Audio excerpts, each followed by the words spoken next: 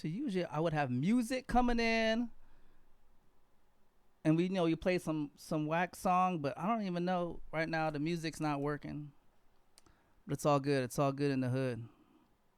It is all good in the hood right now. Maybe we just go a cappella. At least people can hear me before we go live. But we are live. Testing 1, 2, 3. We're live. What is going on? See, it's different when there's no music in the background. Even though it was cheesy music, at least there was something.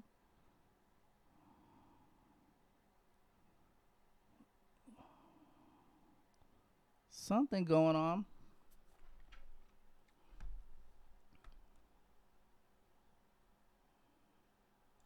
Check, check, check, check.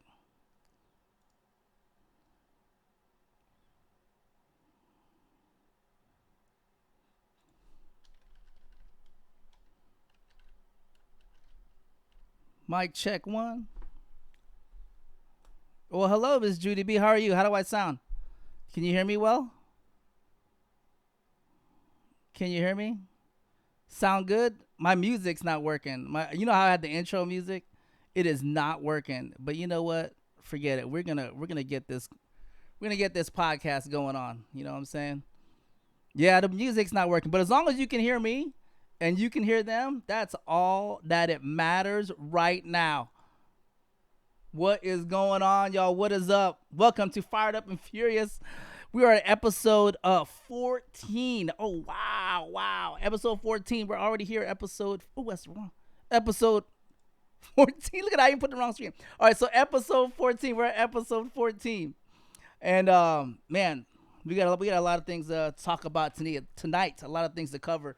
But first off, before we start out, big shout out to everybody that attended the 10-hour stream this past Saturday. So shout out to everybody that participated in the 10-hour stream, that drove all the way down here to participate in this 10-hour stream. So big shout out to, DJ Rage. He didn't really drive nowhere, but shout out to him. Shout out to my man Switch, Battlestar Massive, DMC champion Switch, made his way out here. My man Ryan Live, he was out here.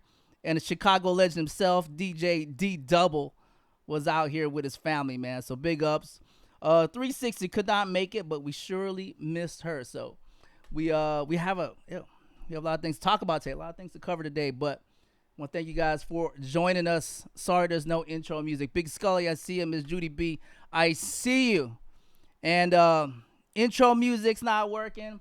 I'm missing a co-host. Oh my gosh. But you know what? The show will go on. So let me go ahead and bring in my co-host and guest.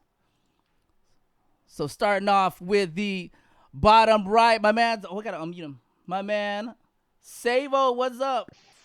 What it do? What's going down, Furious? What did my top livered? You were like, 360 wasn't able to make it, but and then you were like, fucking, we didn't want Savo here. What I meant to say, I'm glad. Shout out to the DJs that made it, and the one on-air personality that didn't make it. So that's what I wanted to say. See what you have to deal with, E, when you're really good looking, homie. You see what you got to deal with, homie.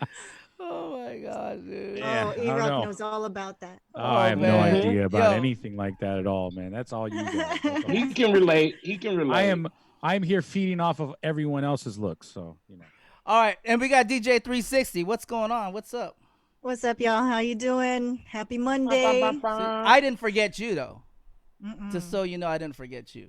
I hope not. He's unforgettable. Come on. Absolutely. And our guest for episode 14, my man DJ E-Rock. Yo, what is up, man? Yo, happy to be here. Thank you for having me, man. I know I'm always in the chat. I'm always dropping gems in the chat. Oh my gosh. I was like, gosh. you know what, man? Let's hash this out. Let's talk. Let's do that. Well, we appreciate you coming on. I know you got like 1,000 DJ jobs. I'm Jamaican when it comes to the DJ, right? world, You're like juggling how many shows, how many jobs. You know. Yeah, it's definitely a task, but we get through it, So I Well, could be doing something else, but I'm living the dream, so I'm not mad at that at all. well, all right. Well, let's Nice. well, with all our guests, we always give them what do you call it? What do you call it, Jinky? The elevator pitch. What's Yeah, your the What's the elevator pitch. What is your elevator pitch, E-Rock? My elevator pitch? Geez, I don't know. I mean, I'm a good tell, person before everything, and tell in when I'm on your team, I'm on your team, and it's when it comes to anything, I'm your guy. That's it. in 5 minutes? That's Tell us it. I'm about your DJ guy. E-Rock. There's nobody else that's gonna outwork me. That's it. So that's the way. That's. I like I that. don't know. That's I the like only that. thing That's that a comes to good mind, ass. So I like that. No one's gonna outwork you. Well, that's what's up. I mean, well, let's. Well, not no. I see you, man. I see your hustle. Your hustle is strong. You know what's Pause. crazy is that I used to put out this newsletter when I first got into the music business. I was an on-air jock. I think I was at Wild 94.9 at the time, and I used to have this newsletter that I sent to like every DJ like all around the country. But in my signature, it used to say the Bay Area's hardest working DJ. And everyone used to be like, "Do you really want to put that?" I'm like, "Yeah." They're like, "Why not?" I was like, "Because I am."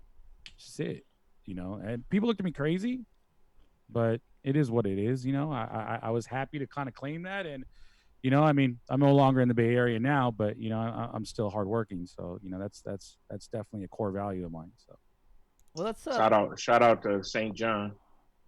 Wow. oh yeah, right. St. John, yeah, Yeah. we raided him the other day. Pause. Look at Jay Jake. There she Espinoza goes. threw like 300 people in his way. Oh my god, he was like that's my brother though, so I can say this, man. He was like a deer in headlights. He had no idea what was going on. He had like 10 people, and then it went to like literally 350. He was like, "Yo, what the hell is going on?" He's a legend, so you're like, yeah. yo, but Twitch is a different animal though. So. Oh yeah. Oh, we're definitely gonna Yeah. get into that. We're gonna get into that Twitch animal. Sure. But yo, let's take us to the beginning, man. Take us to the beginning. Jinky was telling me that you started DJing the radio when you were 16 years old. It's a long time So ago. you can rewind a little bit before that. Doing clubs too, right? You were You know, like, at underage 16? doing clubs. Yeah, I was underage doing clubs, which was really crazy. I was doing 18 and ups at the age of like 16, 17 years old. I came up under two other Bay Area legends. I'd say three, their names Rick Lee, Bobby Speed, and TJ, Sir TJ Maxx. Like they were like renowned like party rockers like in the Bay Area scene, especially, deriving from like, Daly City, like, that whole mecca of like DJs, So I came up under them, and I remember I used to be this really annoying kid that happened to found a flyer on the ground. I don't know where I was. I found a flyer, and it was to Rick Lee's birthday party. Rick Lee is he's actually, on KMEL still, and he's been doing his thing for 20 plus years at 5 p.m. 20 plus years. I don't know anybody else that has a longer run than him, wow. I found it. So, going back, it's like 1995, 96. I find a flyer on the floor. It's to Rick Lee's birthday party. And there's a number on it. Like if you want to get on the guest list, and I remember the number, it's 415-804-2121. And Damn. I used to call it because I was young. I was like 16. So I had no idea like what this whole entire nightlife space was at all. I had no idea what it was. So I used to call it, and I listened to the greeting. And at the end of the greeting, they used to say, "Hey, if you want a free demo tape, leave your address, and we'll send you one." So I left my address. They sent me one 2 days later, and I was moved by it. Like, it was the first time I ever heard like a multi-track like mixtape ever. Like it was just layers on layers on layers, like 5 different things mixing, and I was like, holy shit! That was back in the day, man. Yeah, back in the day, like Tascam shit. Exactly. Oh shit, task. So, yeah, Some man. real so, real shit. Exactly, man. And sure enough, I was like, you know what, man? Like I've never heard anything like this. Like I want to learn. So, with that tape came a business card, and I remember I called Rick's phone number. It was like another 415 number, 706 something. It's crazy how it's like literally like 20 something odd years down the line. I still remember these phone numbers. So I called him. You know, he had a construction job at the time, and and literally I'm like, hey man, like I know you don't know me. You sent me a tape, but dude, this is the best shit I've ever fucking heard in my life. Like, yo, I want to learn this stuff. Sure enough, I hear like a jackhammer in the back, like, you know, fucking someone hammering away, like, you know, a 4-man yelling at him. He's like, yeah, sure. Who is this again? Okay, yeah. Well, just call me back later. I'm at work. I'm like, all right, he just totally blew me off. You know? I'm like literally like 15, 16 years old at this time. Fast forward, I keep on calling that number over and over and over to get another demo tape. I leave my address every week. Yo, I want another demo tape. And sure enough, they sent me somebody else's demo tape. They sent me Sir TJ Maxx's demo tape. And it's TJ Maxx. Yeah, man. So, yo, to be honest, man, like if it wasn't for TJ, man, this whole conversation wouldn't happen, because like literally he answered my call. I called the number on the business card. It was his. I told him like, hey man, I've been calling Rick Lee for like literally like 5 months, man. I just want to like literally like job shadow or something. I just want to like literally just learn. I want to watch. So like, you know, I don't know what it was that, you know, I don't remember the context of the conversation, but we hit it off like no other. And then he actually talked to Rick into letting me intern for their DJ group back in the day. And, you know, sure enough, like, you know, I used to carry speakers, carry crates, you know, I never DJ'd one gig until like, you know, I was probably like 16 and a half. Hey, E, can you let everybody know what year this was? Just like to give people context. Yeah, man, you're making me age myself, and I usually don't. No, do it's that. all good. It's all good, bro. DJs these days don't really like understand like carry this or that. I was 16 years old in 1996. So that will kind of give you. Why you laughing? 360. Why you giggling and shit? Because the kids don't know about that shit anymore. I mean, it's it took me a long bring time. Your backpack. You know. Yeah, man. It took that long to kind of make this thing pop, and you know, I started out interning for those guys, and I got on KMEL when I was 16 years old. A lot of that was just like, you know, being around, you know, and just kind of being available. Like I remember one day after Rick Lee got the 5 p.m. mix, like, you know, like literally Chewy Gomez, I was like, yo, what do you do?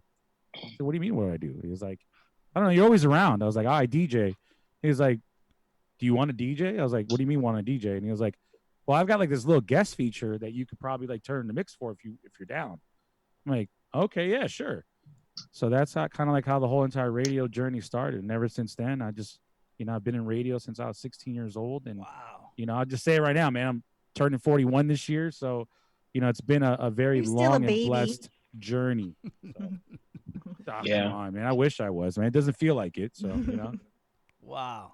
Yeah, I mean, there's a whole bunch of other moving parts to this whole thing, but I don't want to ramble too much. So. No, hey, feel free to ramble, man. That's what this is all about, here, bro. Man. It's all you know, right here, like, man. If you don't talk, we have to. So go ahead. But then, you know, a lot of people that are following Furious, they know of you, but they may not know all of this backstory. Yeah, so I think this is really, really good for them to hear how. Sure. I mean, ask away. Like, you know, I'm an open book. So, you know, I mean, there's been so many things that I've gotten involved in, like, throughout my career. I mean, you know, from radio. And I will say this, like, radio has been the biggest catalyst to, like, a lot of my success.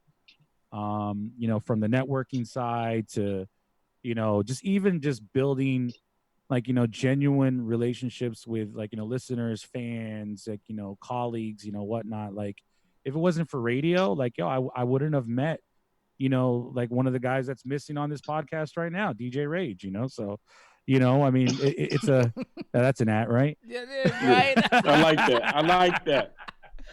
But, you know, I mean, yeah, radio has definitely been like one of the biggest catalysts that, you know, in my career that's helped me really succeed and get to where I'm at today. So, wow. Still is. And so you've been doing radio since then? I mean, was there a break in between or? No break. Wow. There was probably one break. But I didn't mean to take it though. So, you know, what was that, Jinky? So when you connected with Rick, did you already know how to DJ, or was this something that he mentored you into? I knew how to DJ. I just didn't know how to DJ well. I think is the best thing that I can kind of explain that the answer to that question. I think like he taught me the rules. He's like, yo, you don't do choruses on choruses. You don't cut choruses in half. Like, hey, you got to have your 8 bars on 8 bars. You got to do this and that. You don't, he taught me like kind of like the ethics, and the fundamentals on how to sound like a clean mixer. So I mean, that's what all of them did really for me. Like, Rick, TJ, and especially Bobby, rest his soul. So, Yeah, rest in peace. Yeah. Wow. Okay. That's cool. That's cool. So, like, at any time or during all of this, did your parents? What was like the reaction of your parents? Were they like, you need to give this up and get back to nursing school, or were they like real? They all want us to be a nurse, so or military. Shout out to Furious and all the Yo, vets. whoa, yeah. But you know what I'm saying, or of course, where your yeah. family was like, you know what, damn, he's making his own money. Let's. I would say like before I met Rick and them, I used to be involved with a very bad crowd per se.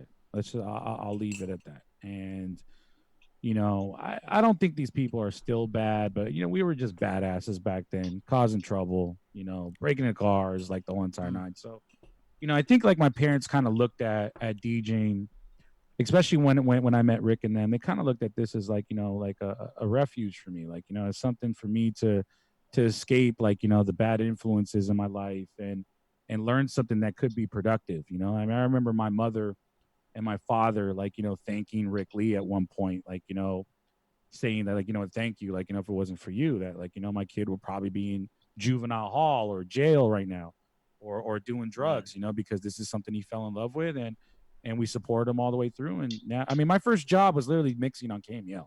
That was my first job ever. Wow. First time I ever got paid.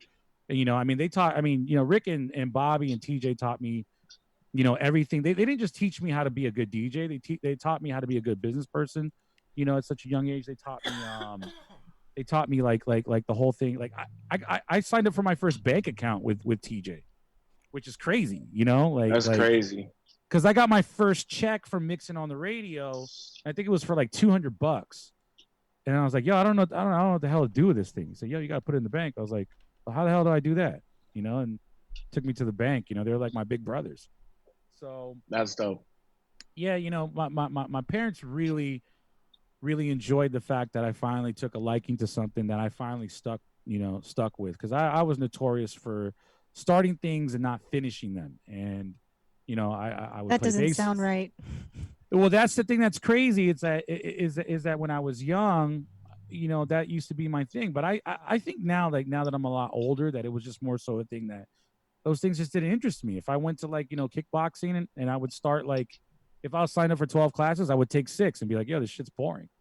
If I went to, like, I was in Little League, like, yo, I'd quit mid-season. Yo, I like baseball, but the shit's kind of boring. Like, it's just not me, and but when it came to DJing and learning the business aspect behind it and learning radio programming, marketing, and all this other stuff, like, yo, I don't know, I caught the bug and I haven't lost it since, 25 years later. Oh, wow. So, I think, you know what, honestly though, I mean, I think when you get into radio, because you say something that everybody in radio says, caught the bug.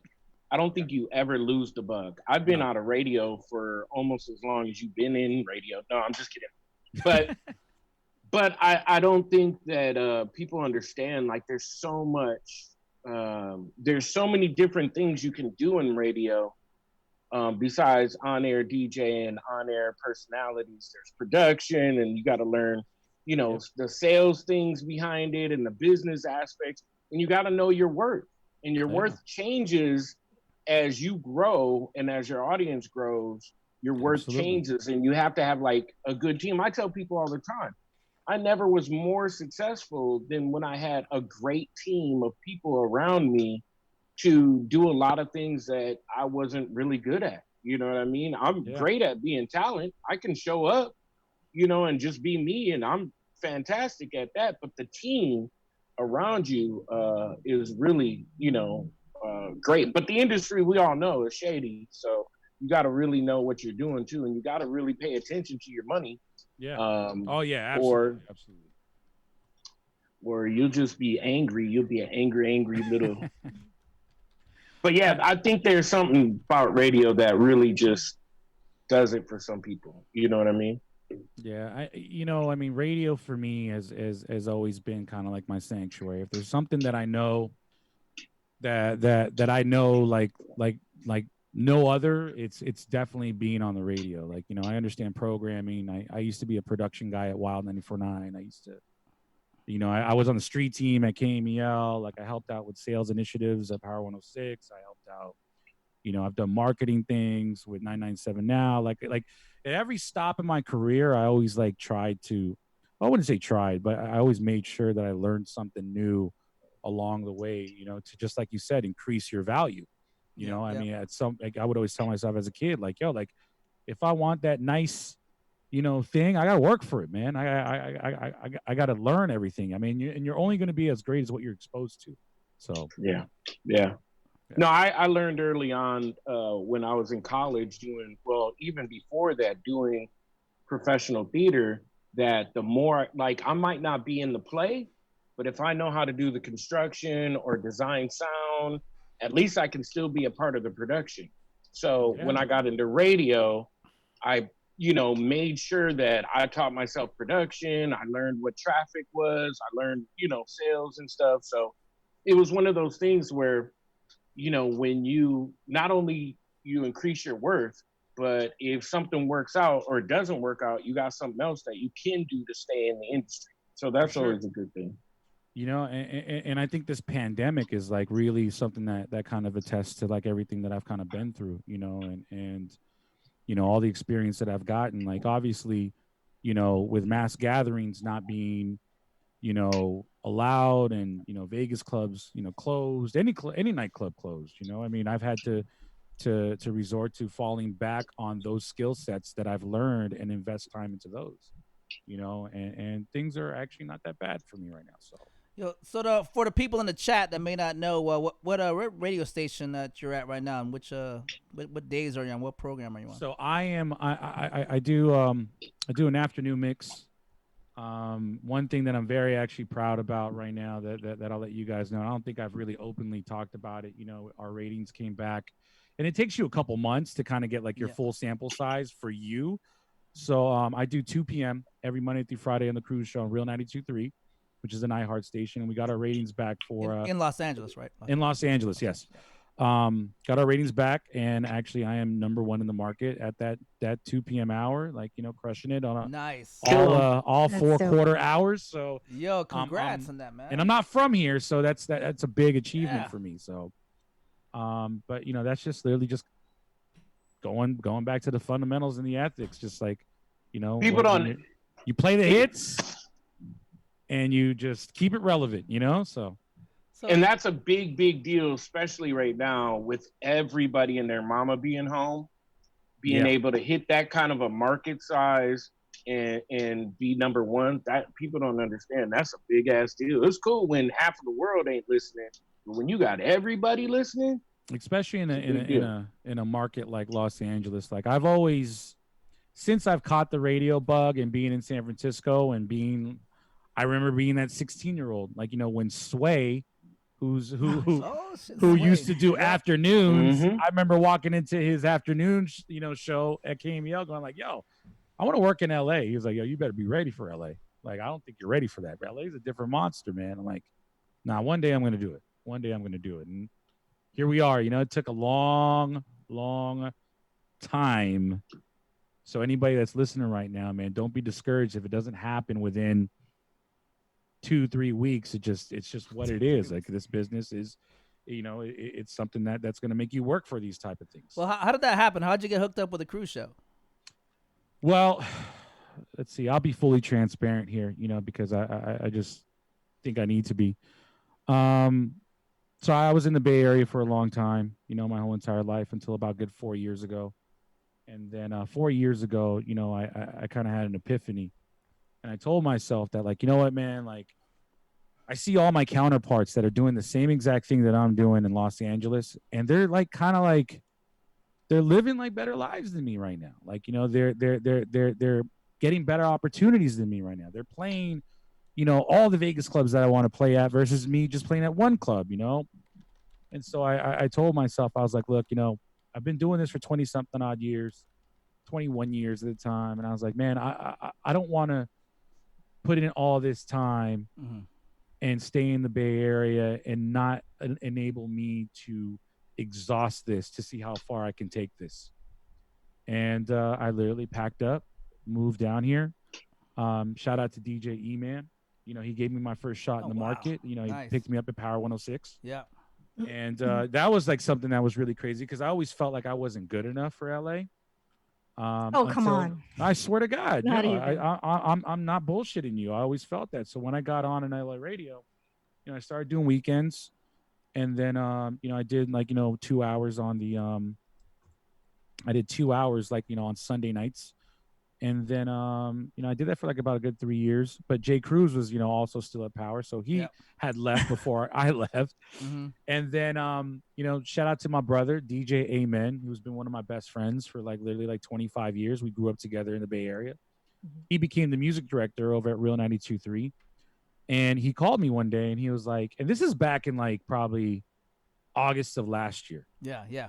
You know, I was still, you know, super invested into where I was at. And he was like, yo, you ever thought about where you're going to be in the next 5 years, like, you know, in your life? I was like, I do, but I'm kind of happy where I'm at. Like, I'm in a good place. I'm chilling. I got other businesses. You know, it's totally, you know, I'm good. Why? What are you thinking? He was like, well, I think that if you really want to expand and you really want to scale out like what you're doing, I think iHeart might be like a good fit for you. And at the time, I was like, nah, I'm good. Like, I'm here. I'm staying here. I'm not going nowhere. Like, this is my last stop in radio. Like, you know, I made it to where I wanted to be. So after that conversation, they call me again. Said, bro, I really think you need to have this conversation. I'm like, all right, you know, what are we talking about? Says the same thing. I'm good. His boss, you know, and I end up connecting one day, and his name is DJ AO. And AO, you know, came to my nightclub in Vegas or my residency in Vegas, you know, over at Mandalay Bay Light. Yeah. And, you know, I did my set.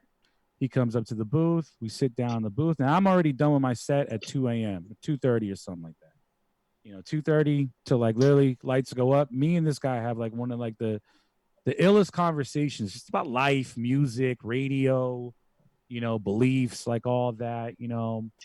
And it made me feel like a sense of just like, yo, like this dude's like just like me. Like we're he's almost like I feel like I've known him forever.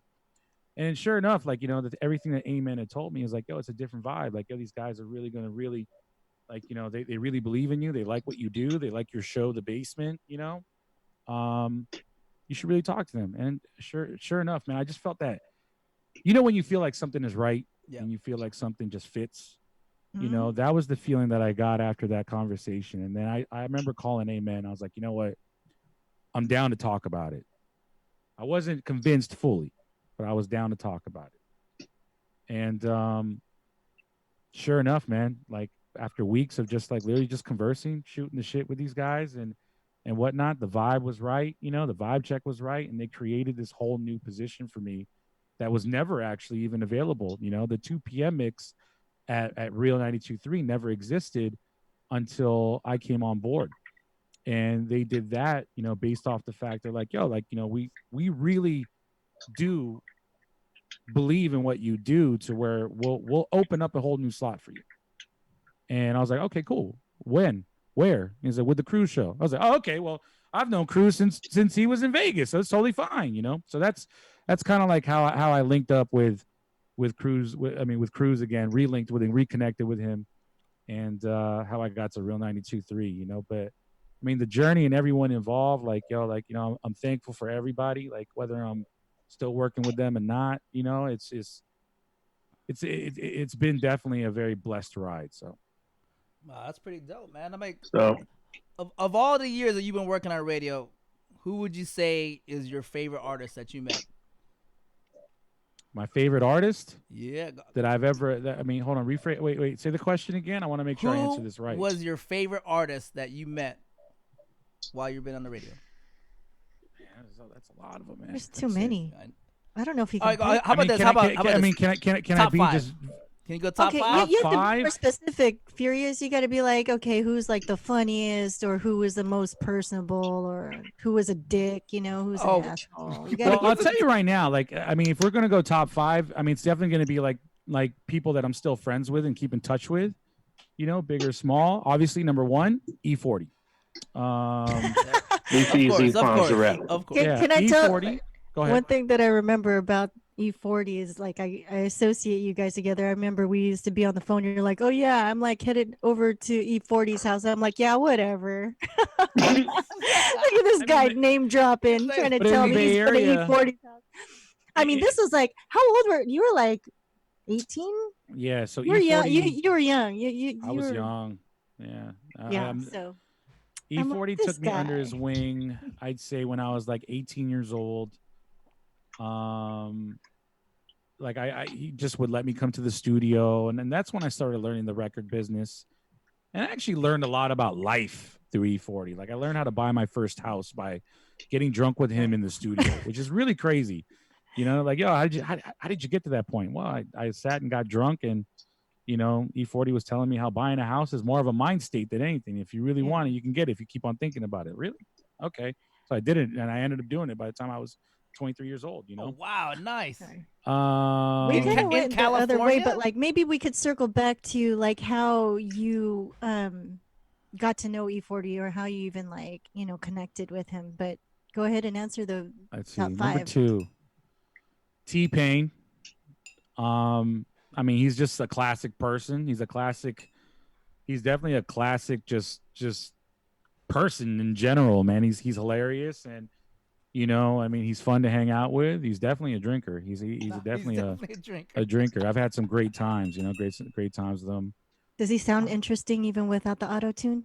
Of course. In person. Yeah. Oh man, he sings better without auto tune than he does with auto tune. I just know him with auto tune. Facts. Yo, listen, if you haven't seen it, go to NPR. NPR has these concert series. Even his NPR Tiny Room set was sick, but he has a concert too that he did for NPR. It's ridiculous. You like take a whole new respect for T-Peasy. You feel me? I did a painting of him, and the image he uses on Twitch is the image of the painting that I did for him. Oh wow! Okay. And he's T-Pain. You ain't said it, bro. He's cool as fuck. Yo, like he won that people I've ever met. He won that Masked Singer, man.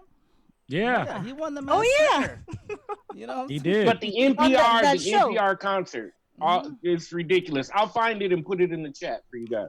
For sure. He was flexing in that monster costume. Mm-hmm. You know. Oh, well, that was really me, but at the end, T-Pain had to come out and do it. I ran into him after the whole entire thing at his record release party, and then like, you know, I congratulate him on that, and I was like, hey, be honest, bro. This is the type of relationship I have with him. I was like, hey, be honest, man. He's like, what? I was like, how bad did you stink when you took that damn costume? Oh. He's like, man. I was like, yeah. So yeah, he's definitely up there. Who else, man? I'd say, you know, G-Eazy. I mean, there's a lot of Bay Area guys, and I think I naturally flock to like Bay Area artists. Yeah. In general, you know, just because of the fact that, you know, we hit it off. Like, you know, definitely G-Eazy's like, you know, somebody. That's pretty cool. Dude, G is a good dude in general, man, and he's like literally a guy. And the reason why, like, I think I fuck with him so tough, you know, he's a Bay Area guy that's literally seen worldwide stardom and has never once forgot his Bay Area roots ever. And I respect that. I respect that like no other about him, you know? Who else, man? So that's 3. I'm trying to think, man. There's just so many, and there's so many I keep in touch with still that I'm just kind of like, I wouldn't say they're all the same, Yeah, but no, like it's all good. You ain't got. Yeah, I call think 'em those out. top Yeah. three though, like those are like my favorites. Yeah. Um, Mustard, like I keep in touch with him Mustard. pretty Okay. often. Okay. He's cool as shit. Metro Boomin, like and they're Metro not necessarily Boomin. artists, but they're like more so producers. Yeah. But I think they're kind of like represented like well in that artist vein. I think Um, didn't you do a gig with them at Light Metro yeah, Boomin? I remember I was DJing the lounge next door, so it's like I eye remember I candy. walked in there. Yeah, the eye candy. Mm-hmm. Yeah, Yeah. I yeah. So I held residencies, and that was like another thing too. Like Vegas kind of helped me build a lot of relationships with a lot of artists in general, just because of the fact that, like, if I would open for Mustard or whatever, I would have to communicate with him, like, before and after his set. Metro Boomin the same way, T-Pain the same way. I mean, Sweetie, I don't know, like, all these people, like, they were almost like coworkers to a certain extent, like I was no longer like I think like probably the first time I opened for Mustard, I was a little like I was fanning out a little bit, like, yo, this DJ Mustard, like, yo, every single record on the radio is his right now. Yeah. But now it's just like kind of like it's all good, like hey, however I can help out and however I can be a good person to these guys, and likewise, like I'm good with it. Wow, that's Yeah. That's dope, man. That you still fan out and stuff. Of course, you have to, man, or else Yeah. you can't ever lose that, because then Yeah. you lose out on being a fan. And I think being a fan is like one of the most exciting things in the world. Like when it comes to music, if you're not a fan, like I mean, don't get me wrong, there is a part of me that is jaded, because Yeah. I see this, I've seen this my whole entire life, but there are things that if I fuck with it and I believe in it, like, yo, I'll still fan out about it. You know what I mean? Like I'm Yeah.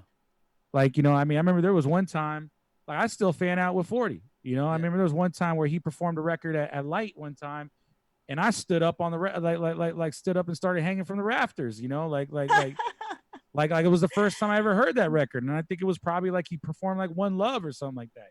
So, but being a fan is exciting, man. So it's like I never want to lose that. I never want to lose. Do you still take pictures with everybody or no? Here and there, like, for the most part, I do. I mean, I think, like, earlier in my career, I wanted to collect like every picture as I could as possible. Yeah. Because it's good for the brand. You know what I mean? But then, like, I mean, now that I'm older and stuff like that, like, it's kind of crazy. Like, they'll, like, people at the radio station, like, yo, you want to interview with so and so? I was like, I think I'm good. I'll pass. Like, good. And like, they're like, really? Like, yeah. I just now I'm just like really kind of selective, Yeah. on like who I interview and what I interview. Like, for instance, like, here's one thing. Like, I forgot who I passed up on, like, maybe like 2 weeks before. It was a big record on the radio, but like the week after, they hit me and they're like, yo, you interested in interviewing Killer Mike of Run the Jewels? I'm like, fuck yes, I am. Because I was a big Outkast fan. So like when they were like, when Killer Mike was pushing, like, Adidas and all those records, like, yo, that was from a time where I was on the radio as a youngster playing those records, going like, man, this is my shit, And I even told him, like, yo, before we start this interview, let me tell you something. What? I've been a fan of you for years, bro. Wow. Like, years.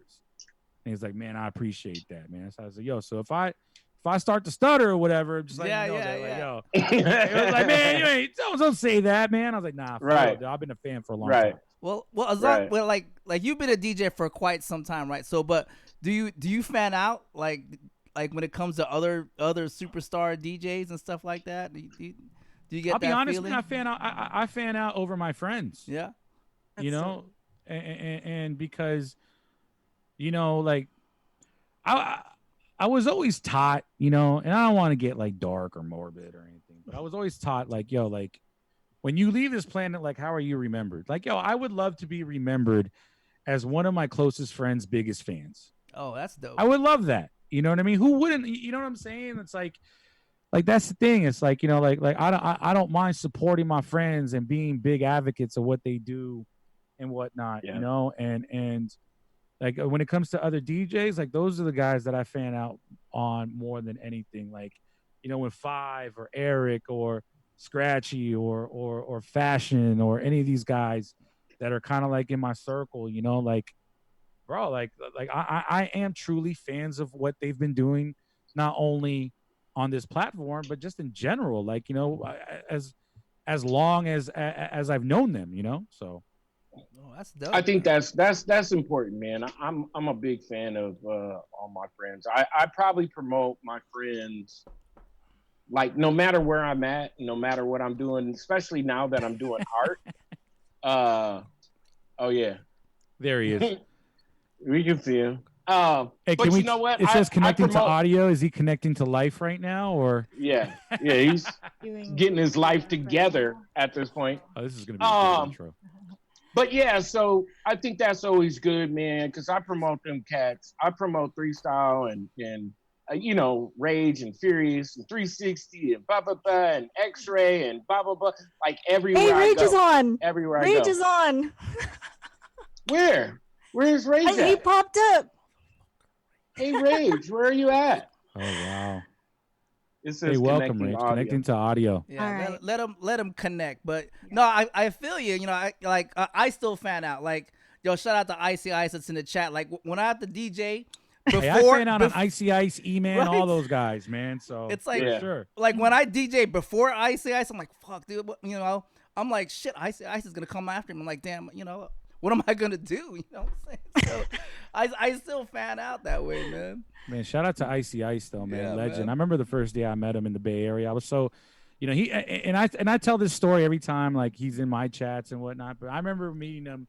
I was 16, 17 years old in an 18 and up nightclub. He came and he did a guest set, and it was the first time I ever heard "Cool It Now" like in a Bay Area nightclub, like prime time. I was so enamored by it. I was like, "Holy shit!" Right? Like I've never seen that before. You know, I was so young then. You know, and so that I mean, obviously, like, jeez, I mean, dude, I just remember being so like enamored with his story. You know, and then when I started doing my homework on Ice, you know, and seeing his accolades and how he was on like on 92.3 The Beat and all. Like I remember Ice, I don't know if you remember this, man, but yo, one of the most inspiring moments I had probably on MySpace was when I was on Icy Ice's MySpace page. He had a picture of MySpace. Bro, he had a picture of him and Janet Jackson. Oh wow. I was like, holy shit. This guy's the real deal. Like, yo, and to be honest, man, like, but that's what I used to do, you know, and I still do that. Like, you know, even as a grown man, like I still look at people that I want to be like when I grow up or be like when I get to those levels, you know, and I'm like, you know what? One day I'm going to do that. One day I'm going to take a picture with Janet Jackson. One day I'm going to take a picture with so-and-so or whatever. But those moments are what resonated with me as a young kid, you know, when I was like 17, 18 years old to where now I'm 40 years old, like kind of like, you know, holy shit, you know? So I shout out to Ice. Icy Ice. I grew up with Mint Condition, and they came to San Diego, and they were on Janet's tour, and they were like, we were downstairs at the sports arena walking through, and they were like, hey, that's Janet. You want to meet her? And I was like, yeah, hell yeah, I want to meet her.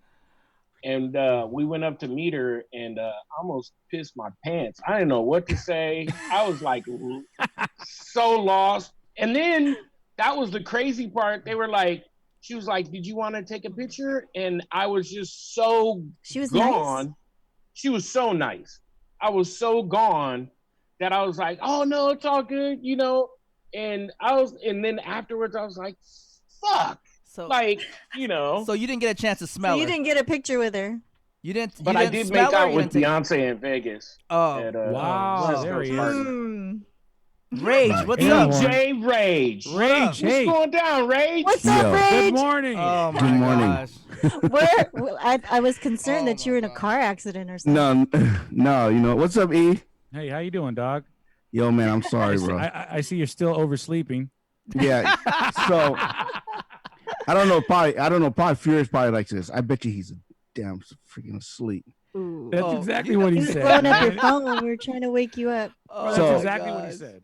Yo, I mean, man, I'm sorry because like I work early in the morning and I put my alarm on, but I didn't switch it to. It was on silent, so I couldn't hear it. And I don't know if he told you a story about a gig that I was supposed to do. Oh my gosh! Wow. Go on, I'd love to tell hear E the this. story.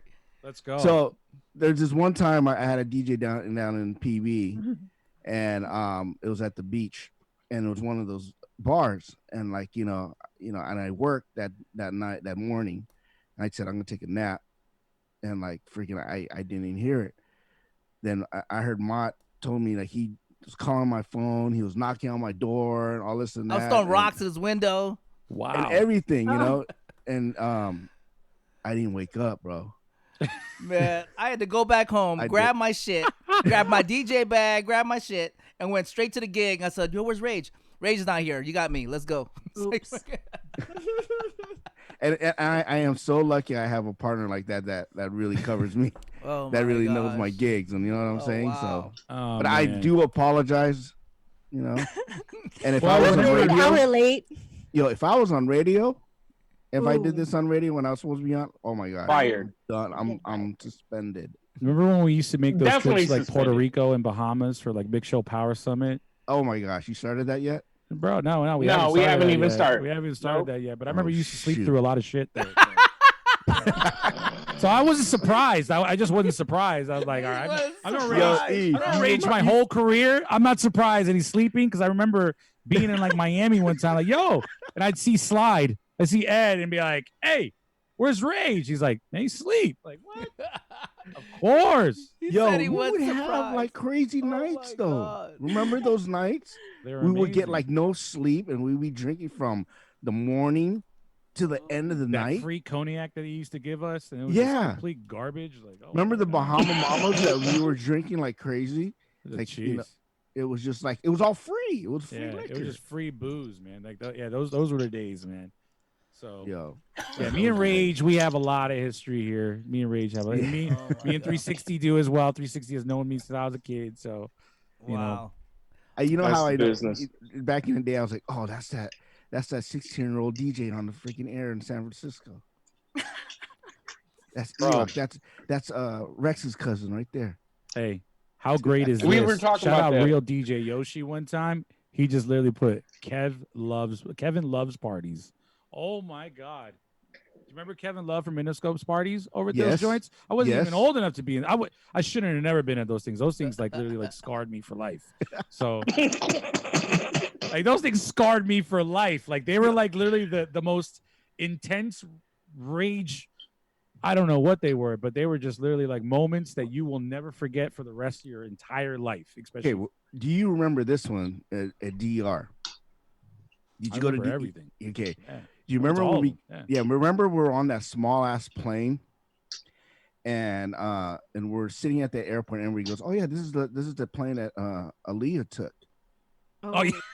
Oh my gosh! Wow, really? So, Like, yo, so will check you this chill out. the fuck out? Yes, they were telling us, "Oh yeah, this is the airline that Aaliyah took," and I mean, rest in peace, Aaliyah. I mean, I love her. She was like one of my favorite R&B artists, Me but too. Yeah. it scared the shit out of me. Yeah. I mean, they were packing us like sardines in there. Remember? They when have were no just filter. Like dude, No. the locals for all those trips had no filter. Oh my Oh god! yeah, it's like, hey, what part of town we? Oh, we're in a very terrible part of town. Lock your doors. Like, what the? And I'm looking at Ray, like, what the fuck did he just tell me? Like, Do you remember on that bus ride? Remember Floyd Mayweather was there? Remember he was promoting his I think you need some coffee, bro. So Waymather. Floyd. Floyd Waymather. good morning, Rage. Good morning. I know. But he was promoting his record label, and he was Yeah. on the bus with us. Yep. And I remember someone says, "Oh, let's go stop over here." I just remember they're saying, "Let's go stop over here." And the guy goes, "I don't think you want to stop over here. You'll get robbed and you get thrown in the fields." And I was Yeah. like, "Where the fuck are we going?" It was like, Man. I was like, "Oh shit!" Then when we got there, we got to that resort. I was like, "Oh fuck, this is nice." You know? So Yeah, everyone here. that's Go ahead, What, Zabo. no. I was just gonna say that's those trips where they tell you don't leave the resort ever. Yeah. Yeah, they Stay did at tell the us resort. Do not leave the resort. But you know what? You left the resort? I did leave the resort. We don't want to know why either. So No. So, do you remember? Bro, I was like 16, PYP. 17 at the PYP? time, man. Remember PYP? Of course I remember PYP. Come And that's on, what man. all they were playing was PYP. And I have that shit still, bro. Oh, my God. To this day. Dude, yeah, those trips were very, very, very insane. I was like 16, 17 years old, being flown out to Puerto Rico. My parents would literally be like, yo, where the hell are you going? I'm flying to Puerto Rico, Mom. At 17 years old? Yes. It's and for work, Mom. It's for work. Don't worry. Rick Lee's going to be there. It's totally fine. And literally, I'd be exposed to just like, holy shit. This is, dude, It was fun, though. It was fun. But that's the side of me that's like, all right. Like I've been in this, like, for a long time now. Like, those moments, and especially going through, because it was every year. It was like literally like year after year after year. So literally just going through it, like, I'm 18 years old, this and that. I've been to Puerto Rico like 5 times already. I'm going to strip clubs out there, drinking for free, this and that. I wasn't even old enough to drink, man. I was like, Jesus, man. Wow. And just hanging out with celebrities. We were just hanging out with people that was in the radio industry. We were at the bars, right? Right next to me, I don't know, Busta Rhymes, and the other side of me, Cameron. Cameron, Pharrell be right behind me. We're all just talking. It was just like, to us, it was like a normal thing, Then we would meet people that live to, in that area, and they're like going crazy. Oh my God, that's so and so. That's so and so. But to us, they'd be like, oh yeah, they just want their records played on the radio, so that's why they're here, like schmoozing this and that. And they weren't even big artists then. No. Like, I want to say that, like, we went to like one of these things, and like the single that NERD was pushing was Lap Dance. Oh wow. And that was the first single that they ever pushed, like, on Virgin. So, like, and that wasn't even a big record back then. But now it's like, fucking, it's a classic. You know what I mean? So yeah, I remember all that shit. And Kanye, remember Kanye begging us to freaking play his record? Kanye, I got a great Kanye story, man. We all do. Spit the freedom. I got a great Kanye story. So I don't know. I don't want to go too far off track, because we can go. We can go on about this forever. Like, you're not war stories on war stories. Like, no, I remember I was 16 years old, and I'm like 41 now. So it's like I can tell you where the bodies are at, bro. Like, that's how bad it is, man. Yo, like me and E, it was all the West Coast DJs. It was him. It was Romeo. Romeo was like, it was all of us. We were like, it was like the crew, the LA crew was there. Then the San Diego crew was there. I think we were the biggest because we had so many fucking DJs, Yeah. And there was a lot of people from Z90 over at they were like, damn, that's the X crew right there. That's the Mexico crew. The XHTZ crew. Yeah, remember they were like, the XHTZ crew right there. God, Man, they rolled deep. Man, Franny was there too. Franny was all there too. And he was like hanging out with everybody. He knew everybody. Man, Franzen has known everybody since Franzen was Franzen. Like, Franzen knew every celebrity the moment he was born. Like, I'm convinced. Like, he knows everybody. He knows everybody, man. Everybody. It was like he was just hanging out. He got their phone numbers. He has memories and memories and memories of stuff. Like, Franny's like the man. Like, he knew everybody from the East Coast to the West Coast to the Midwest. I was like his little brother at those things. So he would big league me back in the day. Yeah. Yo, Franny, where you going? Oh, we going over here, dog. All right, cool. I'll meet you there. And then they would just ditch me. I'd be like, man, I don't know what room they're in. It was like him, Glenn Howery, fucking the Pirate DJs, My Motion, and them. Like all like the big guys on Bay Area radio. And I was like, always, me and Romeo were always the two younger cats, like trying to like trail up next to, like, yo, where you guys been at? Oh man, we're leaving. We're going to this. And I'm behind E-Rock, coming back from my room, waking up. What I miss? What's going on? Where are you guys going? You know what I mean? Oh, wow. I just remember religiously at every MPS, every Mix Show Power Summit, that literally you would wake up, and then and our rooms are always like, I want to say the Z90 rooms are always next to the KMEL rooms. It was really weird. And I'll, to everyone that's in the chat right now, I'll explain exactly what this event is in a second. But I remember like walking out of my room one time, and there was always that one moment you would walk out and be like, yo, what's wrong with you? Shit, just woke up. It's so true, though. Oh my God. And it's funny how he knows. He shakes his head. I just woke up. Yo, dinner's in like 5 minutes, bro. Let's go. Fuck, all right. But Good time. all right, so everybody in the chat, like what we're talking about Mix Show Power Summit. And man, like this was an event that a good friend of mine, his name is Renee McLean. He owns an agency. He was actually one of my like mentors and inspirations for me to open up my agency. He threw this 3-day like long, I don't know, it was a convention. Let's just say it was a convention slash like festival. Like it was like literally you would be there with 300 other DJs from all around the country, right? People primarily on the radio or very influential in their markets. And you would literally be showcased everything that was coming out like for like the year, all the artists and everything and all that. Like basically, you know, if you guys, what song is it? Is it Gotta Have It by Jay-Z, where Kanye mentions MPS? He said Puerto Rico 3 days hanging with the DJs. Yep. That's what Mix Show Power Summit is what I'm talking about. Icy Ice has been there. Like I think that actually, dude, I think Ice posted a flyer that they used the picture.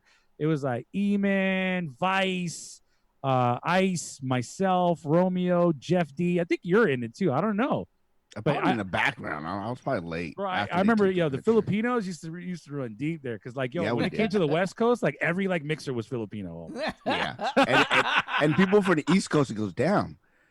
Is it just all Filipinos on the radio? Dude, we were just genetically born to be on the radio. It was weird, you know. It was crazy. Wow, dude. Yeah, so that's why they put you guys as rooms next to each other. You know that, right? That's what I was in that pic too. Yeah, Ice. Yeah.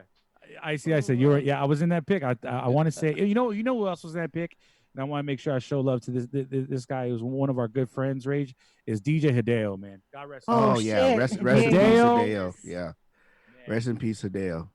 It's crazy, man. I used to have conversations with Hideo for me to come on at the beat at one point, and then I would always get cold feet. I was always I'm not ready. I was just be in the Bay Area. I'm good.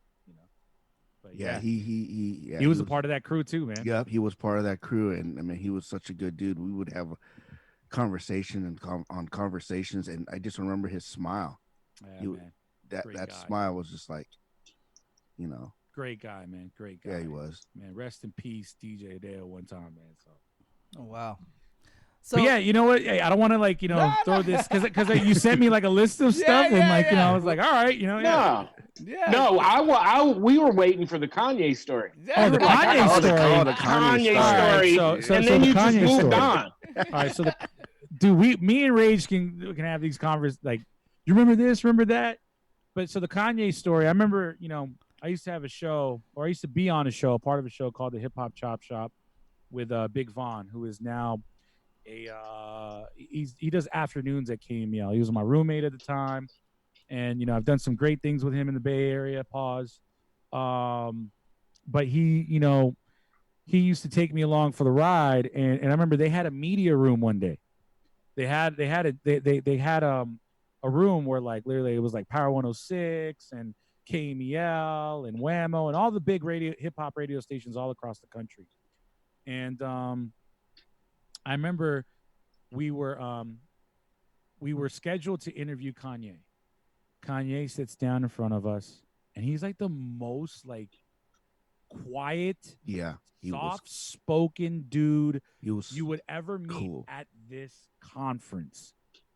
So we're interviewing him. This is when Through the Wire first came out, and Through the Wire had not received its accolades yet that we see today. So. Man, dude, I remember like we were just asking him questions. Like it was even to the point where I was like, yo, you got to talk into the microphone, bro. Like, like project, you know what I mean? He still had his mouth like, was it wired still? No, I think he just got it off. Yeah. I think he just got it off. I think that was very close to when he'd taken him off. Yeah, he just got taken off. So he was so soft spoken, this and that, man. And then out of nowhere. Now, Through the Wire came out the same time that Young Guns Can't Stop, Won't Stop came out, I think, right? That was like always playing in the background. Can't Stop, Won't Stop. And that was like the record of the conference. Remember, we always have records of the conference. Always. So, we're interviewing him. He's very soft-spoken, very low energy. you know, and I'm kind of like, damn, this is Kanye. This is kind of weird, man. You know, like shit, like, you know, because you heard so much about him, like, you know, before Through the Wire came out, like, yo, he's a producer for Jay, but he could rap. Remember that? Yep. And then out of nowhere, the Young Guns come and crash his interview. They crash his interview, but they did it to where he was so uncomfortable. And what happened was, you know, the Young Guns come in like, yeah, we're the Young Guns, Rockefeller, this and that, and Kanye's like sitting down while while the Young Guns have the mics in their hands, and like literally, like, he's like, yo, well, what I was trying to say was, you know, literally, I had to step in and I had to tell the Young Guns, and I had to tell like the record rep. I think it was Bobby Dash at the time. I was like, yo, yep, Bobby. Like, hey, let's let the man talk. Is that cool? Like, is that cool? I remember I had to raise my voice. Oh yeah, it's cool. I was like, yo, give us like 10 with Kanye, and then we'll get to you guys right away after. And then that was when literally, like, I built a relationship with him at that time. Got his two-way. We kept in touch, this and that. But once Through the Wire became big, that was it, man. He stopped fucking returning my fucking page. It was a wrap. My two-way pages immediately. It was a wrap. Yeah, yo, remember when all the DJs goes, yo, did you get your drop yet? Yeah. Did you get that drop yet? No, I never got a drop. Yeah, we remember he promised us. He begged us. He was like, yo, DJs, you know, this is my first record. You know, I would love to have you guys play it. Yeah. And we went back home, and we did, all of us DJs got on the radio and just started playing the shit out of it. I mean, there were no streaming services then. I mean, radio was your only form. And I think MySpace, like, you know, the little streaming player, you know, those are the only two ways that you could really discover. And it was crazy. And after that, they were like, what the hell happened? Yeah, so the Kanye we see today, it doesn't surprise me, but at the same time, like, you know, I mean, he wasn't necessarily that so outspoken, you know, and I think that's even under describing him, you know, but like, yeah. But he like, was a cool dude, though. I met him. He was super cool. Yo, Romeo Reyes has the best Kanye photo ever. I didn't even get a Kanye photo. I was like, it was like one of those things that, you know. Romeo Reyes. So you remember how they used to have suite parties, or like you go to a suite and it'd be like the Rockefeller party, and they would be playing nothing but Rockefeller music. Yep. So I remember me and Romeo Reyes, like, we were walking through one of those hallways, and then Kanye had walked out, and then Rome kind of like, I don't know if he fanned out or whatever. He's like, oh shit, it's Kanye, and he had one of those disposable cameras, right? And he's like, oh shit, it's Kanye, in his face, boom. And but I remember when we got back home, and I hope to God that he can find it, because I think it's such a fucking great, like, it's a trophy, but it's literally Kanye like flinching. It's the most ugliest flinch face you've ever seen in your entire life. And fucking Romeo did it because he's like, oh shit, it's Kanye, boom. And it's like, dude, it's hilarious. It's the most funniest thing ever. So hey, we were that's all my Kanye young. Story. Yeah, we were young, man. We were young. And and that was that, you know, we got exposed to a lot of stuff, like industry stuff, and just traveling the world, and it was just like, oh man, we out in DR, we out in Puerto Rico, we in the Bahamas. It's like, and we were like teenagers, we were just like going wild, and it was like free drinks. I was a teenager. You were already my age now. So. Oh hell! Wow. I was a teenager. You were. I'm like right behind. You're right. I'm right behind you. Bro. So, you know, Wow. on that note, let's loop it back to like innocence. So you were talking about you were a teenager then, and so obviously you're an adult now, right? We can call it that, right? You're an adult now. Sometimes. You're right. And I remember DJing over at the Eye Candy. You know, I had that residency for quite a while. And I remember, going there one day, driving there one weekend, because I would go there 1 week in a month. And I would go there, and I seen the billboard. I was like, oh shit, it's fucking E-Rock. It's like at the Light Club, huge ass billboard and lights. I was like, oh shit, you know. And so you talked about you were a kid, right? And so now you're in the big Vegas lights. So, you know, I guess my question is, what do you believe is the roadmap to being, a career DJ? You know, in the nightclub industry, roadmap, like you.